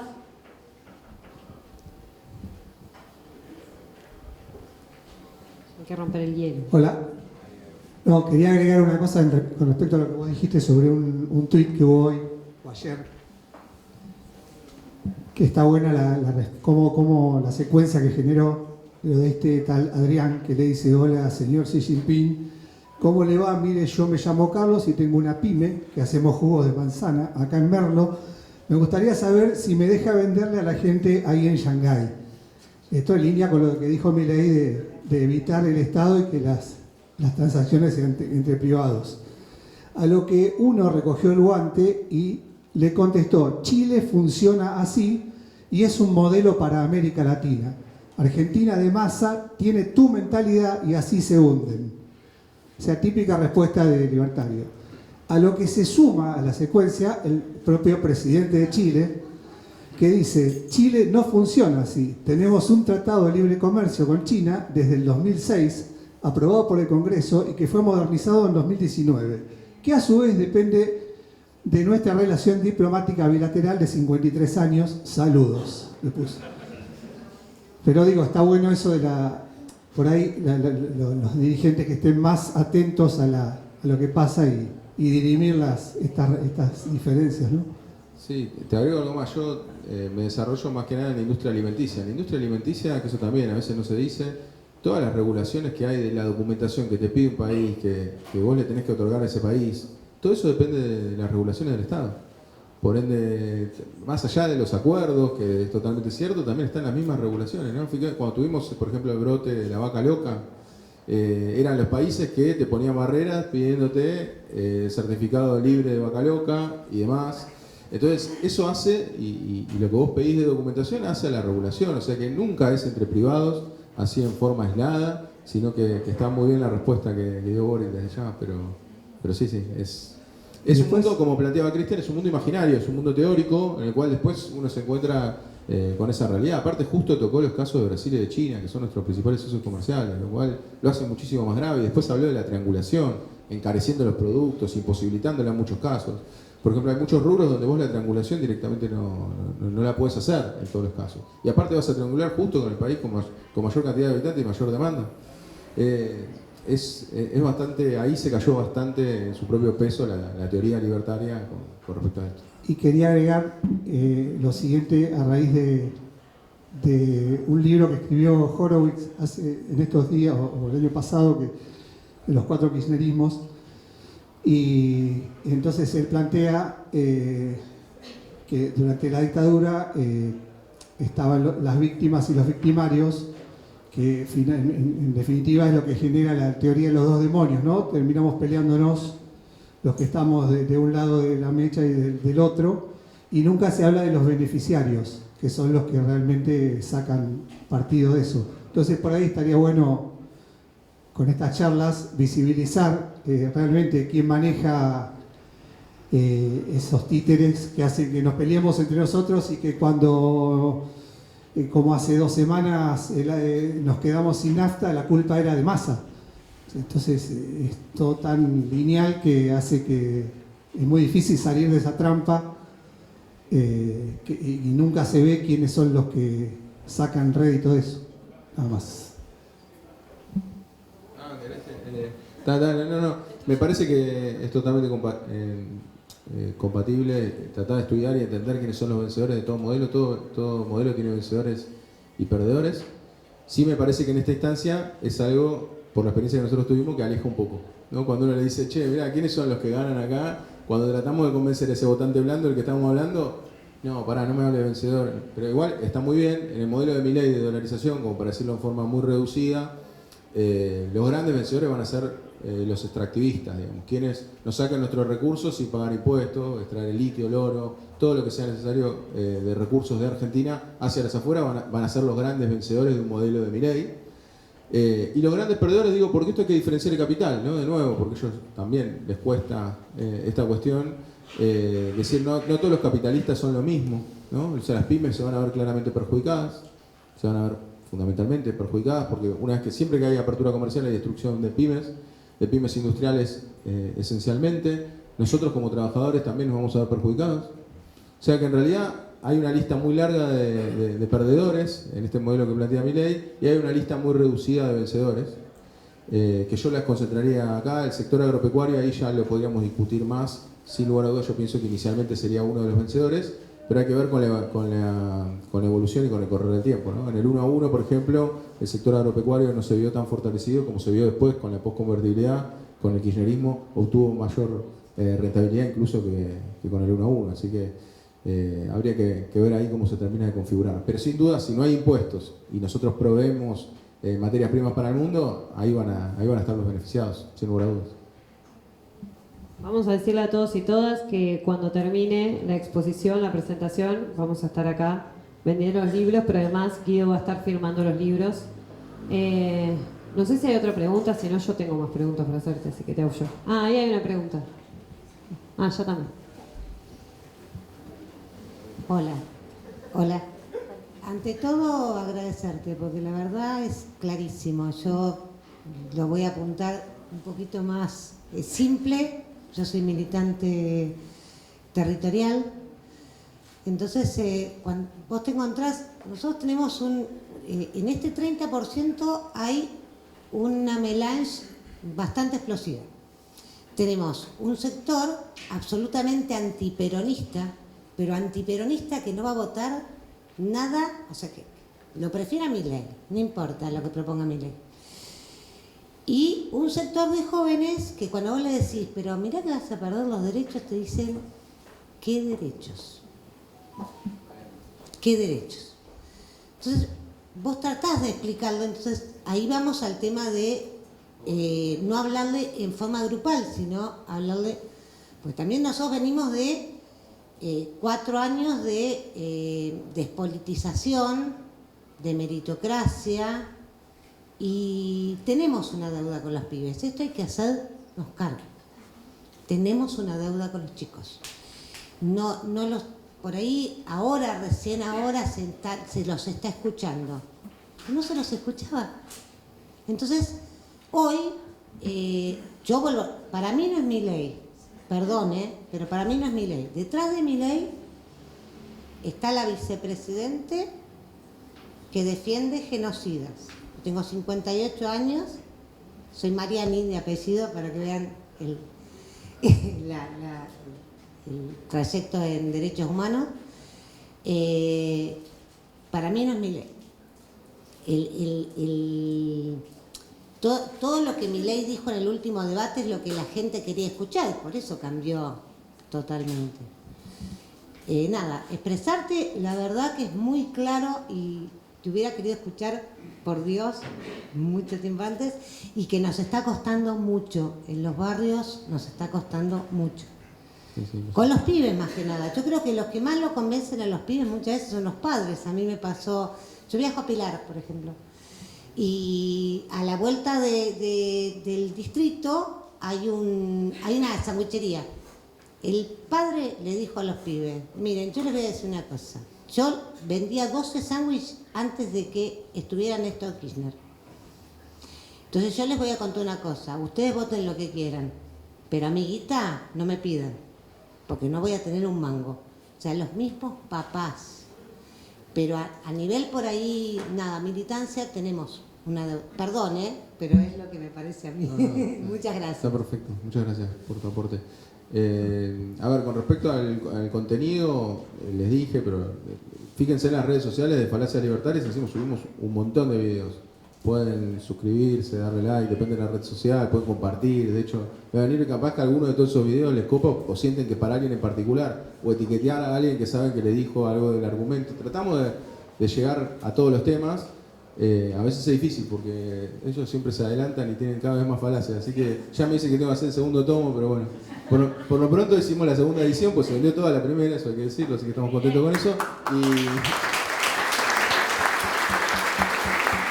Y incorporamos algunas cosas ahí, así que está bien. No, con respecto a qué voy a perder, ahí nosotros desde Fundus estudiamos bien en profundidad este tema. Ahora entiendo que también incluso CEPA escribió algo sobre eso, así que también los pueden buscar y ver qué es lo que escribieron. Hay que tener en cuenta el salario indirecto. O sea, lo que hay que tener en cuenta, y eso caló muy hondo en las elecciones generales, que es esta cuestión de los subsidios al transporte. O sea, en definitiva, el salario que uno recibe no es solamente el salario que te paga tu empleador, sino también cuando vos haces todo el trayecto para ir a tu trabajo, cuánto gastás en ese transporte para llegar a tu trabajo, ¿no? Que hay que multiplicarlo si vas todos los días a trabajar, ¿no? 22 días hábiles, ida y vuelta, 44. O sea, si por ejemplo te ahorras, hay que ver qué transporte usar, son 1.000 pesos, son 44.000 pesos menos. Que para un salario de 200, 300.000 pesos es muy significativo. Entonces me parece que esto en la campaña caló hondo, me parece que fue un acierto. Y aparte también tenés otras cuestiones que constituyen el salario indirecto, por ejemplo, o jubilaciones indirectas podríamos llamar también, que es por ejemplo el tema de los medicamentos gratuitos. Eso es importante, o sea, ¿cuánto gastarías de más si te tenés que pagar tus propios medicamentos? ¿Por qué le está diciendo lo de la motosierra? Bueno, la motosierra es justamente recortar. Si no recorta subsidios, realmente todo lo que prometió no tiene ningún sentido. Por eso le costaba tanto en el debate decir que no iba a hacer ese recorte, ¿no? Porque evidentemente lo tiene que hacer. Pues si no llega, o sea, o hace ese recorte o recorta las jubilaciones en forma de derecho viejo, digamos. Entonces, claro, a lo Bullrich. Entonces, tiene que hacer ese recorte. Entonces, el salario indirecto, que también está en el combustible, justamente el problema de la nafta. Bueno, porque ahí también está subvencionada la nafta en Argentina. Entonces eso también conforma el salario indirecto. Entonces los ingresos, cuando alguien nos dice, bueno, a mí no me afecta, bueno, hay que decirle, che, pará, ¿qué tenés? Por eso decía lo de la segmentación. ¿Qué tenés? ¿Una motito que le carga nafta? Bueno, ahí ya te va a incidir, ahí ya te va a cambiar, ¿no? che, no, bueno, yo me tomo el bondi para ir a ver a mi familia, bueno, ahí ya te va a cambiar. O para ir a trabajar, ahí ya te va a cambiar. Entonces hay que tratar de ver, bueno, en la educación, en la salud, sin lugar a dudas, ¿no? Eso también, son todos servicios que ellos dicen que no son gratuitos, se irritan mucho con la palabra gratuito. De hecho, fíjense que en el debate, capaz que no todos prestaron atención a esto, porque es muy sutil, Milei dice que va a seguir siendo pública. Nunca dijo gratuita. Nunca dijo gratuita. Entonces dijo pública, ¿no? Entonces también, porque puede ser pública y arancelada, ¿no? Entonces, ni siquiera se animó a asegurar que iba a seguir siendo gratuita la educación y la salud. Por ende, ahí, digamos, la persona puede interpretar, che, si estudio, bueno, voy a tener que pagar. Che, si voy al hospital, voy a tener que pagar.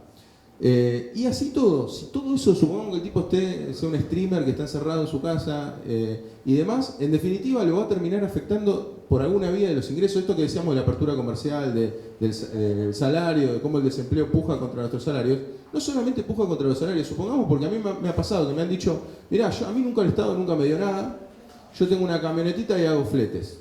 ¿No? A mí me ha pasado alguno que dice, yo voy a la mañana, reparto fletes.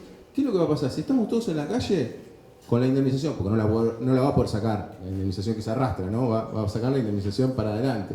Entonces con la indemnización va a haber muchos que se van a comprar, si pueden, una camionetita con algunos ahorros y le van a competir también al que reparte. Entonces, ese que también reparte y cobra por repartir, por hacer un flete, también va a tener una puja mediante oferta y demanda, en la cual lo que cobra va a ser menos. Y a su vez va a tener menos trabajo, porque va a haber menos actividad. Entonces, por eso, hay que tratar de segmentar y ver cómo responder. Me parece que el salario directo es lo más fuerte en ese sentido. Cuando alguien te dice, che, no me toca nada, no, pará. Siempre todos estamos tocados directa o indirectamente por el Estado. Pero no acá en Argentina porque tenemos un Estado que es un pulpo, porque ocurre en todos lados. Entonces hay que tratar de encontrar desde dónde se afecta a la persona con el Estado. Ya teníamos otra pregunta. Sí, ¿qué tal? Buenas tardes. Bueno, primero que nada, felicitar al autor por el libro como herramienta muy útil, ¿no? Que presenta argumentos y contraargumentos en el plano científico, académico. Pero dos comentarios por lo que algunos compañeros a veces nos preguntamos el límite del debate en términos racionales. Por ahí contextualizar que en una crisis contemporánea se nos han quemado algunos papeles en términos de escuelas de pensamiento económico, en donde, bueno, mencionabas el ejemplo del ejército de reserva en categorías marxistas, pero creo que para otras escuelas también hay un fenómeno que es contemporáneo, que es la baja de la desocupación o la cercanía a un nivel de empleo deseable en detrimento del poder adquisitivo del salario, ¿no? Y eso generando enojo que le quita racionalidad al debate, sino simplemente enojo a canalizar. Y por otro lado, la cuestión generacional, ¿no? Una pregunta que resurge, que es si el proceso del recambio generacional no implica una memoria menos activa, en términos de la valoración que tiene la sociedad en los consensos, por ejemplo, en materia de las conquistas de los derechos humanos en la historia de nuestro país. Es decir, aspectos que un poco corren la racionalidad o lo conducente de un debate en términos de argumento y contraargumentos, y existiendo estos síntomas tan inmediatos, ¿no? Sí, a ver, desde mi lado, lo que fue el libro es tal cual, se explora la lógica, lo racional y cómo contraargumentar y cómo mostrar que es una falacia. Pero sin lugar a dudas es un instrumento totalmente útil, necesario, apelar a otro tipo de cuestiones. O sea, con esto no estoy diciendo que la única manera es con el libro, aparte de ser un buen vendedor, si dijera eso, quiero decir, también es cierto que se puede apelar al miedo. A mí me parece que si uno realmente tiene miedo, ¿no? Si uno en forma genuina le transmite a la persona, che, la verdad, porque es lo que yo estoy sintiendo que les pasa a muchos, ¿no? Con la idea de que Milei pueda ser presidente nos agarra miedo. Y si uno en forma genuina también transmite ese miedo, siempre todo lo que sea genuino va a ser bienvenido en ese sentido. A mí me parece bienvenido a los fines electorales, ¿no? No es bienvenido que tengamos miedo, es algo bastante feo y es una sensación que aparte yo por lo menos no veo en forma tan generalizada como ahora. Así que sí, me parece en materia de derechos humanos, de hecho sí, todo lo que han dicho, lo que sostuvieron, en realidad lo de los 30.000, lo que fueron los 30.000 desaparecidos, de nuevo, porque yo vi videos de hace mucho tiempo para atrás, lo que termina ocurriendo ahí con ese tema es que ellos lo usan como, se llama en términos de falacias, es una pista falsa. Cuando vos les preguntabas acerca de la política económica de la dictadura, ellos te hablaban de que no eran 30.000 desaparecidos. Entonces vos decías, es un recurso provocador, ¿no? Porque nos toca en lo que más nos duele, y no da respuestas a las cuestiones económicas. Porque fíjate que hablan poco del plan de Martínez de Oz. Casi ni se les escucha. Ustedes escucharon hablar de revertir al plan de... No, cuando hablamos de dictadura, automáticamente ellos prenden, bueno, la dictadura militar, dicen que son 30.000 desaparecidos, en realidad son 8.000, ¿no? Y empiezan con ese discurso y se desvía la atención. Uno se enerva tanto al escuchar eso, porque es un consenso social que teníamos todos como sociedad, y de golpe este tipo viene y nos cuestiona ese número. Y entonces, claro, es verdad, después hablar de cuánto liberalizó Martínez de Oz o cuánto no liberalizó queda en segundo plano, ¿no? Ante cuestiones de vida o muerte. Así que sí, a mí me parece que es necesario apelar a otras cuestiones. El libro, sin lugar a dudas, digamos, yo soy economista, se aborda desde esa óptica, de la óptica racional, de cómo ellos tienen una lógica economicista para todo. Fíjense que ni siquiera entienden el concepto de los 30.000, ¿no? De nuevo, dicen, bueno, ¿cuánto? No lo entienden. No lo llegan a entender, ¿no? Siguen repitiendo esa cuestión de que en realidad los registrados son 8.000 y pico y no entienden lo que genera o el consenso que se generó alrededor de este número, y que justamente este número es un reclamo, porque justamente no podemos contar exactamente cuántos fueron los desaparecidos, ¿no? Entonces a mí me parece que esas cuestiones sí apelan. Lo que tenés que tener presente es que en lo que son los jóvenes, y más teniendo tan poco tiempo, hay que ver cuánto de la dictadura les puede interesar. Lo que yo percibo o tuve de feedback con la interacción con jóvenes es que es un tema que a muchos no les interesa. Y bueno, y ahí habrá que ver de qué manera, de nuevo, la segmentación, hay que ver a quién hablar. Luego en Malvinas ocurre un poco lo mismo, lamentablemente. Hay mucha gente que pareciera no importarle el tema, lo cual es preocupante. Pero bueno. Cuando habla de genocidio, habla de la pandemia. Claro, sí, correcto, eso lo dijo, sí. Sí, en la otra usó exceso, o sea, es un exceso de la dictadura, pero fue un genocidio en la pandemia. Sí, ahí te marca las claras el pensamiento, pero digo, eso nos sirve más para indignarnos a nosotros. Yo lo que digo es concentrémonos en el otro, en qué le interesa. Capaz que sí le interesa la causa Malvinas o la dictadura militar, entonces es interesante hablar de ese tema. Pero ahora estamos en un proceso en el cual hay que tratar de captar esos votos. Con respecto a eso no estoy diciendo, por favor, que no se malinterprete, no estoy diciendo bajar ninguna bandera, por supuesto, ¿no? Estamos diciendo en estos días, y después siempre hay que mantener las banderas bien altas en estos temas, por supuesto, desde ya, ¿no? No se me ocurriría decir lo contrario. Yo no Hola, sé cuánto ¿qué tiempo tal? tenés. ¿Y hacemos dos más, te parece? Bueno. Cortita la pregunta. ¿Cómo surgió la idea de escribir el libro y cuánto tiempo te llevó? Bueno, viendo que ya algo dije. Bueno, a ver, sí, primero, a mí siempre desde que fui estudiante, bueno, yo tuve una licenciatura y 2 maestrías, y siempre me interesó la escuela austríaca. Siempre me interesó particularmente porque, primero, que cuando leo lo que ellos escriben, noto un convencimiento y cómo lo expresan sus seguidores, que siempre me llamó mucho la atención, porque yo decía, ¿cómo puede ser que no vean algo tan evidente que esto no se ve plasmado en la realidad? Entonces, desde la indignación, fue un gran motor para mí, por lo menos, en mi caso particular, para escribir. ¿Cómo? Morboso. Sí. Entonces, eso fue una gran motivación. Después, lo más importante, cuando yo doy clases de macroeconomía, empecé a encontrar que había un sentido común más pro-libertario. O sea, este proceso de los jóvenes... Por eso, bueno, dentro de nuestro grupo ahí los chicos a veces se ríen, algunos cuando hacen la introducción a una presentación lo manifiestan, que yo era que venía hinchando con el tema de los libertarios y todos me decían, porque todos me rechazaban esa idea, todos decían, che, estás loco, che, no va a pasar nada con los libertarios, este es un tipo que grita en la tele, no, pero escuchame, si los jóvenes están repitiendo la frase, y vos veías que repetían la misma frase, aparte de eso, que sigue pasando ahora, venía pasando antes, si uno ve el proceso ya, un año para atrás repetían las frases de Milei, ¿no? Entonces eso me terminó motivando y dije, che, se está construyendo un sentido común de derecha y más precisamente de lo que está construyendo Milei. Entonces, al ver que iba pasando eso con los alumnos que iba teniendo y también al ver cómo nosotros subestimamos, y esto también hay que decirlo, fue muy subestimado por todos los espacios del campo nacional y popular a Milei, fue muy subestimado. Por eso digo que no caigamos en ese error, no digamos que son irracionales, no digamos que son locos, porque ahí es donde le pifiamos. O sea, hay que tomarlo en serio. Hay que tomarlo en serio el tema y hay que tratar de entender la lógica para desarmarla. Si no entendemos la lógica, no la podemos desarmar. Entonces lo que me terminó motivando fue eso, y de hecho el libro está terminado en febrero.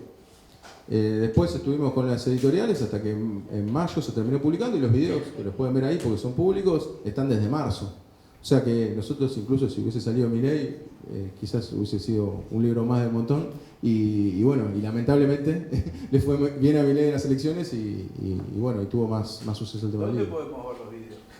Los videos están en Instagram, falacias.libertarias, o en TikTok, o en YouTube. En YouTube hay videos más largos. O sea, lo que les interese más, ver un video de 10 minutos, 15 explicando un tema, están ahí.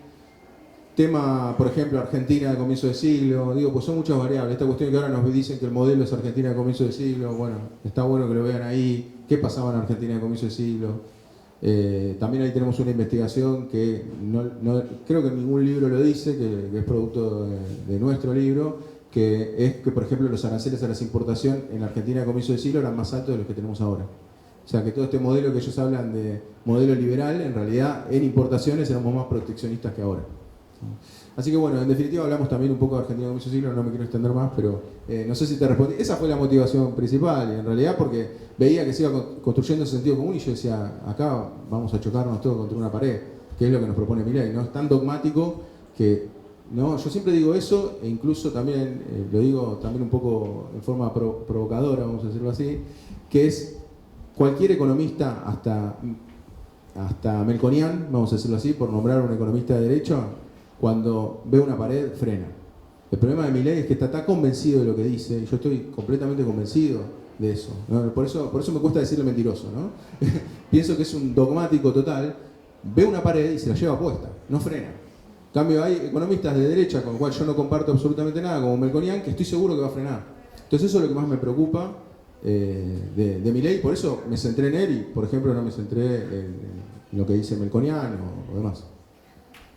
¿Vos considerás que el votante de Milei fue seducido por lo que proponía Milei como forma o como contenido? Por ejemplo, el votante que se vio seducido por el voucher para la educación, ¿es porque quiere un voucher o es porque quiere una mejor educación? Sí, ese es un punto importante. A ver, primero, son reclamos genuinos los que parten de los libertarios, ¿no? A ver, si tuviésemos una educación excelentísima, o tuviésemos la educación de Finlandia, que es uno de los países que tiene la mejor educación en el mundo, sin lugar a dudas no sería permeable la idea de los vouchers. O sea, todos los reclamos nacen a partir de una debilidad que tenemos hoy como sociedad. Entonces el tema de los vouchers nace a partir de que tenemos una educación con deficiencias. Y esto hay que asumirlo. Y eso también es importante para el discurso de cómo le hablamos al otro, ¿no? No tenemos que decirle que está todo bien y que lo que él está proponiendo es una locura. No, están mal las cosas. La situación está mal, no podemos ser ciegos, porque si no, no podemos generar empatía. De nuevo, esta escucha activa que estamos proponiendo es justamente a través de generar empatía. Entonces, che, estoy enojado, estoy caliente. Sí, yo también estoy recaliente con cómo está la situación económica, ¿no? Generar esa empatía, porque aparte es cierto, porque estamos enojados con la situación en la que estamos. Y los vouchers calan hondo porque la verdad que la educación me gustaría que fuera mejor.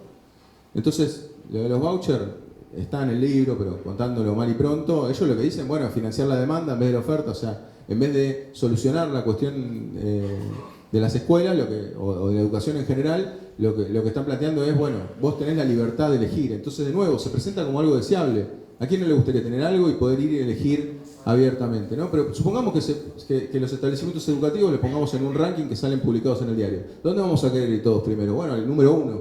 Vamos a ir a todos a la puerta de ese establecimiento y vamos a querer todos dar nuestro voucher ahí. ¿Y qué es lo que va a pasar con esa escuela número 1 por las mismas reglas de mercado? Bueno, se va a llenar y va a terminar cobrando un copago. Pues está lleno, decís, che, bueno, ahora poneme más plata para poder inscribirte acá. Entonces es el comienzo de la arancelización de la educación. Y por otro lado, en el otro extremo, ¿qué es lo que vamos a encontrar? Primero, escuelas que están más abajo, que se van a desfinanciar más, y sobre todo las escuelas que están alejadas de los centros urbanos, que no tienen la cantidad de vouchers necesarios para subsistir. Por ende, que van a terminar cerrando. O sea, fíjense de nuevo, de una posición individual a la cuestión general, nos encontramos con que va a haber menos establecimientos educativos y más concentrados en las ciudades. Cosa que es todo lo contrario a lo que queremos. ¿Cómo vamos a querer que la gente se traslade más para tratar de educarse? Si justamente queremos que haya una sociedad de gente más educada y más formada. Lo que tenemos que tratar es de incentivar y de acercar la educación a las casas de la población. Así que me parece que este es otro ejemplo de los vouchers, es otro ejemplo de una visión individual mal pensada, mal razonada, y que ustedes pueden inducir y tratar de que la gente entienda que esto nos va a llevar a un escenario peor. Guido, yo hago política, pero me crié con mi abuela y mi tía y mirábamos mucho Lucho Avilés. Y la verdad que no conocí nunca a nadie que haya visto 4 años de video de Milei. Y estoy muy, pero muy tentada de preguntarte por la vida personal de Milei, pero voy a evitarlo porque hay un público. Después te lo voy a preguntar. Si alguien lo quiere saber, después lo digo en Instagram. No, pero sí me da como la sensación de que, esto que te voy a decir que no suena, como que le tomaste cierto cariño, pero desde un lugar, como que, en serio te digo esto, como que no le tenés tanta bronca, ¿no? Como que de alguna manera comprendés que no sé si es por un tema de su manera de ser o de su inocencia, o esto que vos ya comprendías de la escuela austríaca y el modo de ser de tan fanáticos de una posición, se representa en él. Pero te quiero hacer 2 preguntas en relación a eso.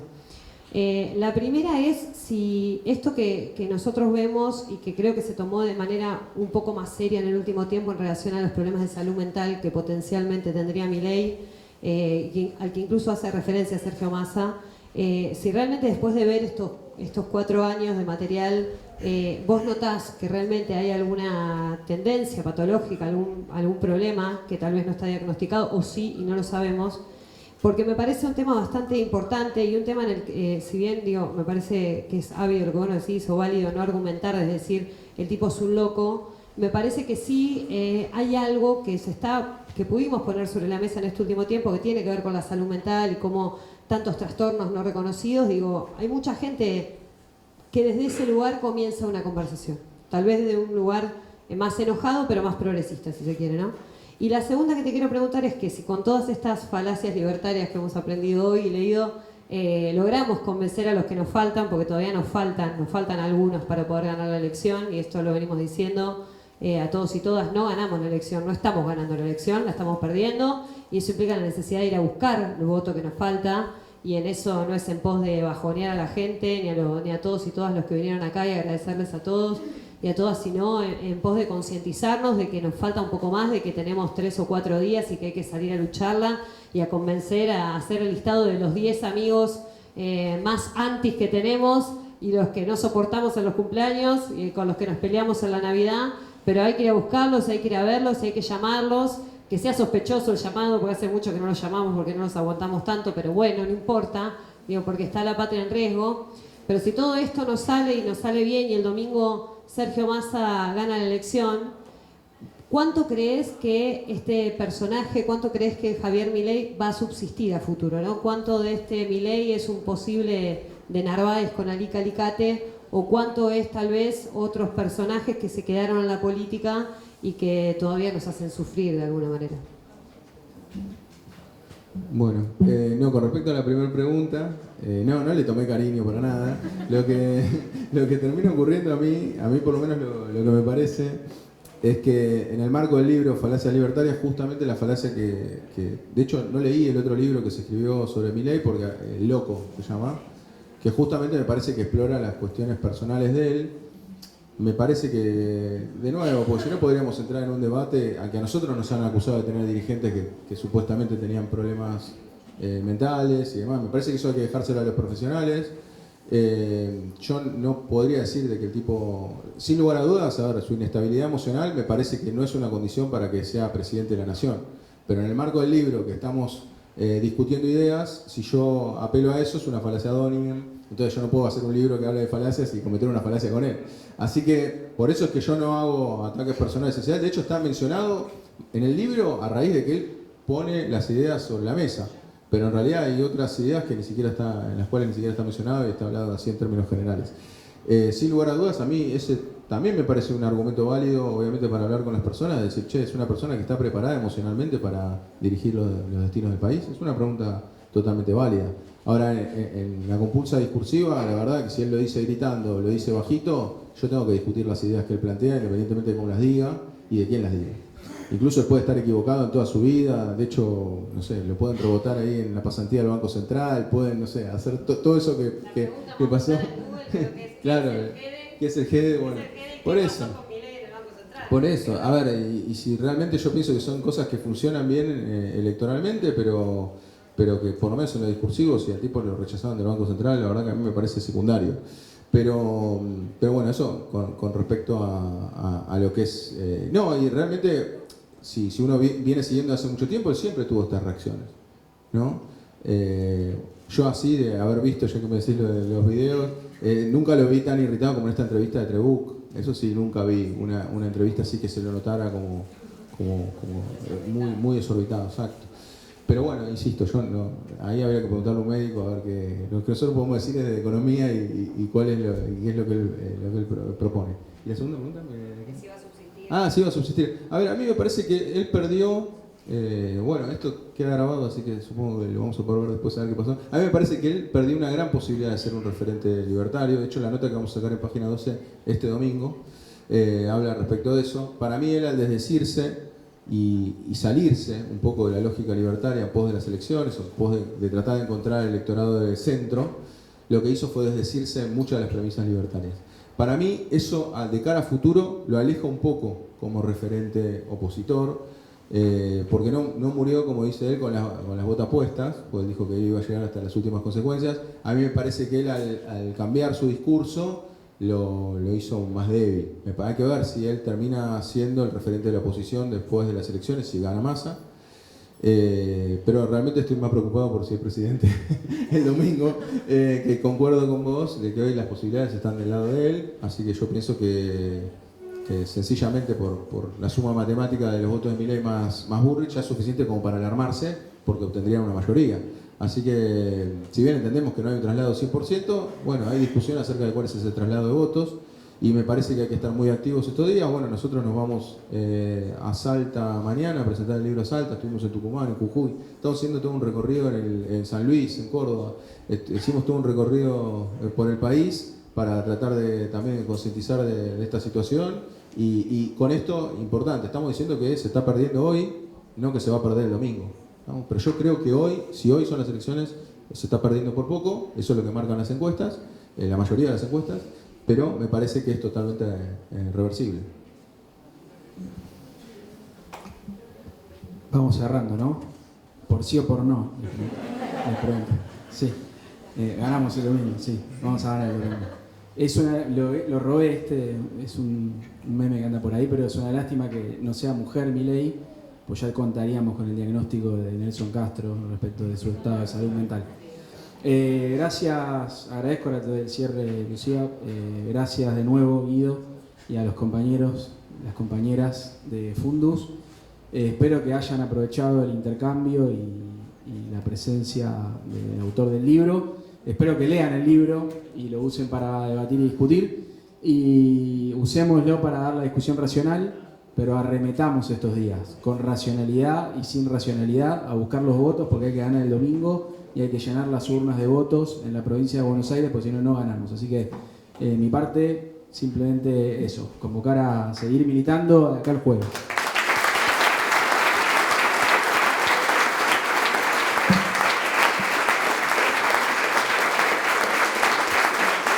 Bueno, gracias a todos y a todas, a Cristian por esta idea y a todos y todas por venir, sobre todo a Guido, y no se olviden de venir a comprar el libro y a llevárselo.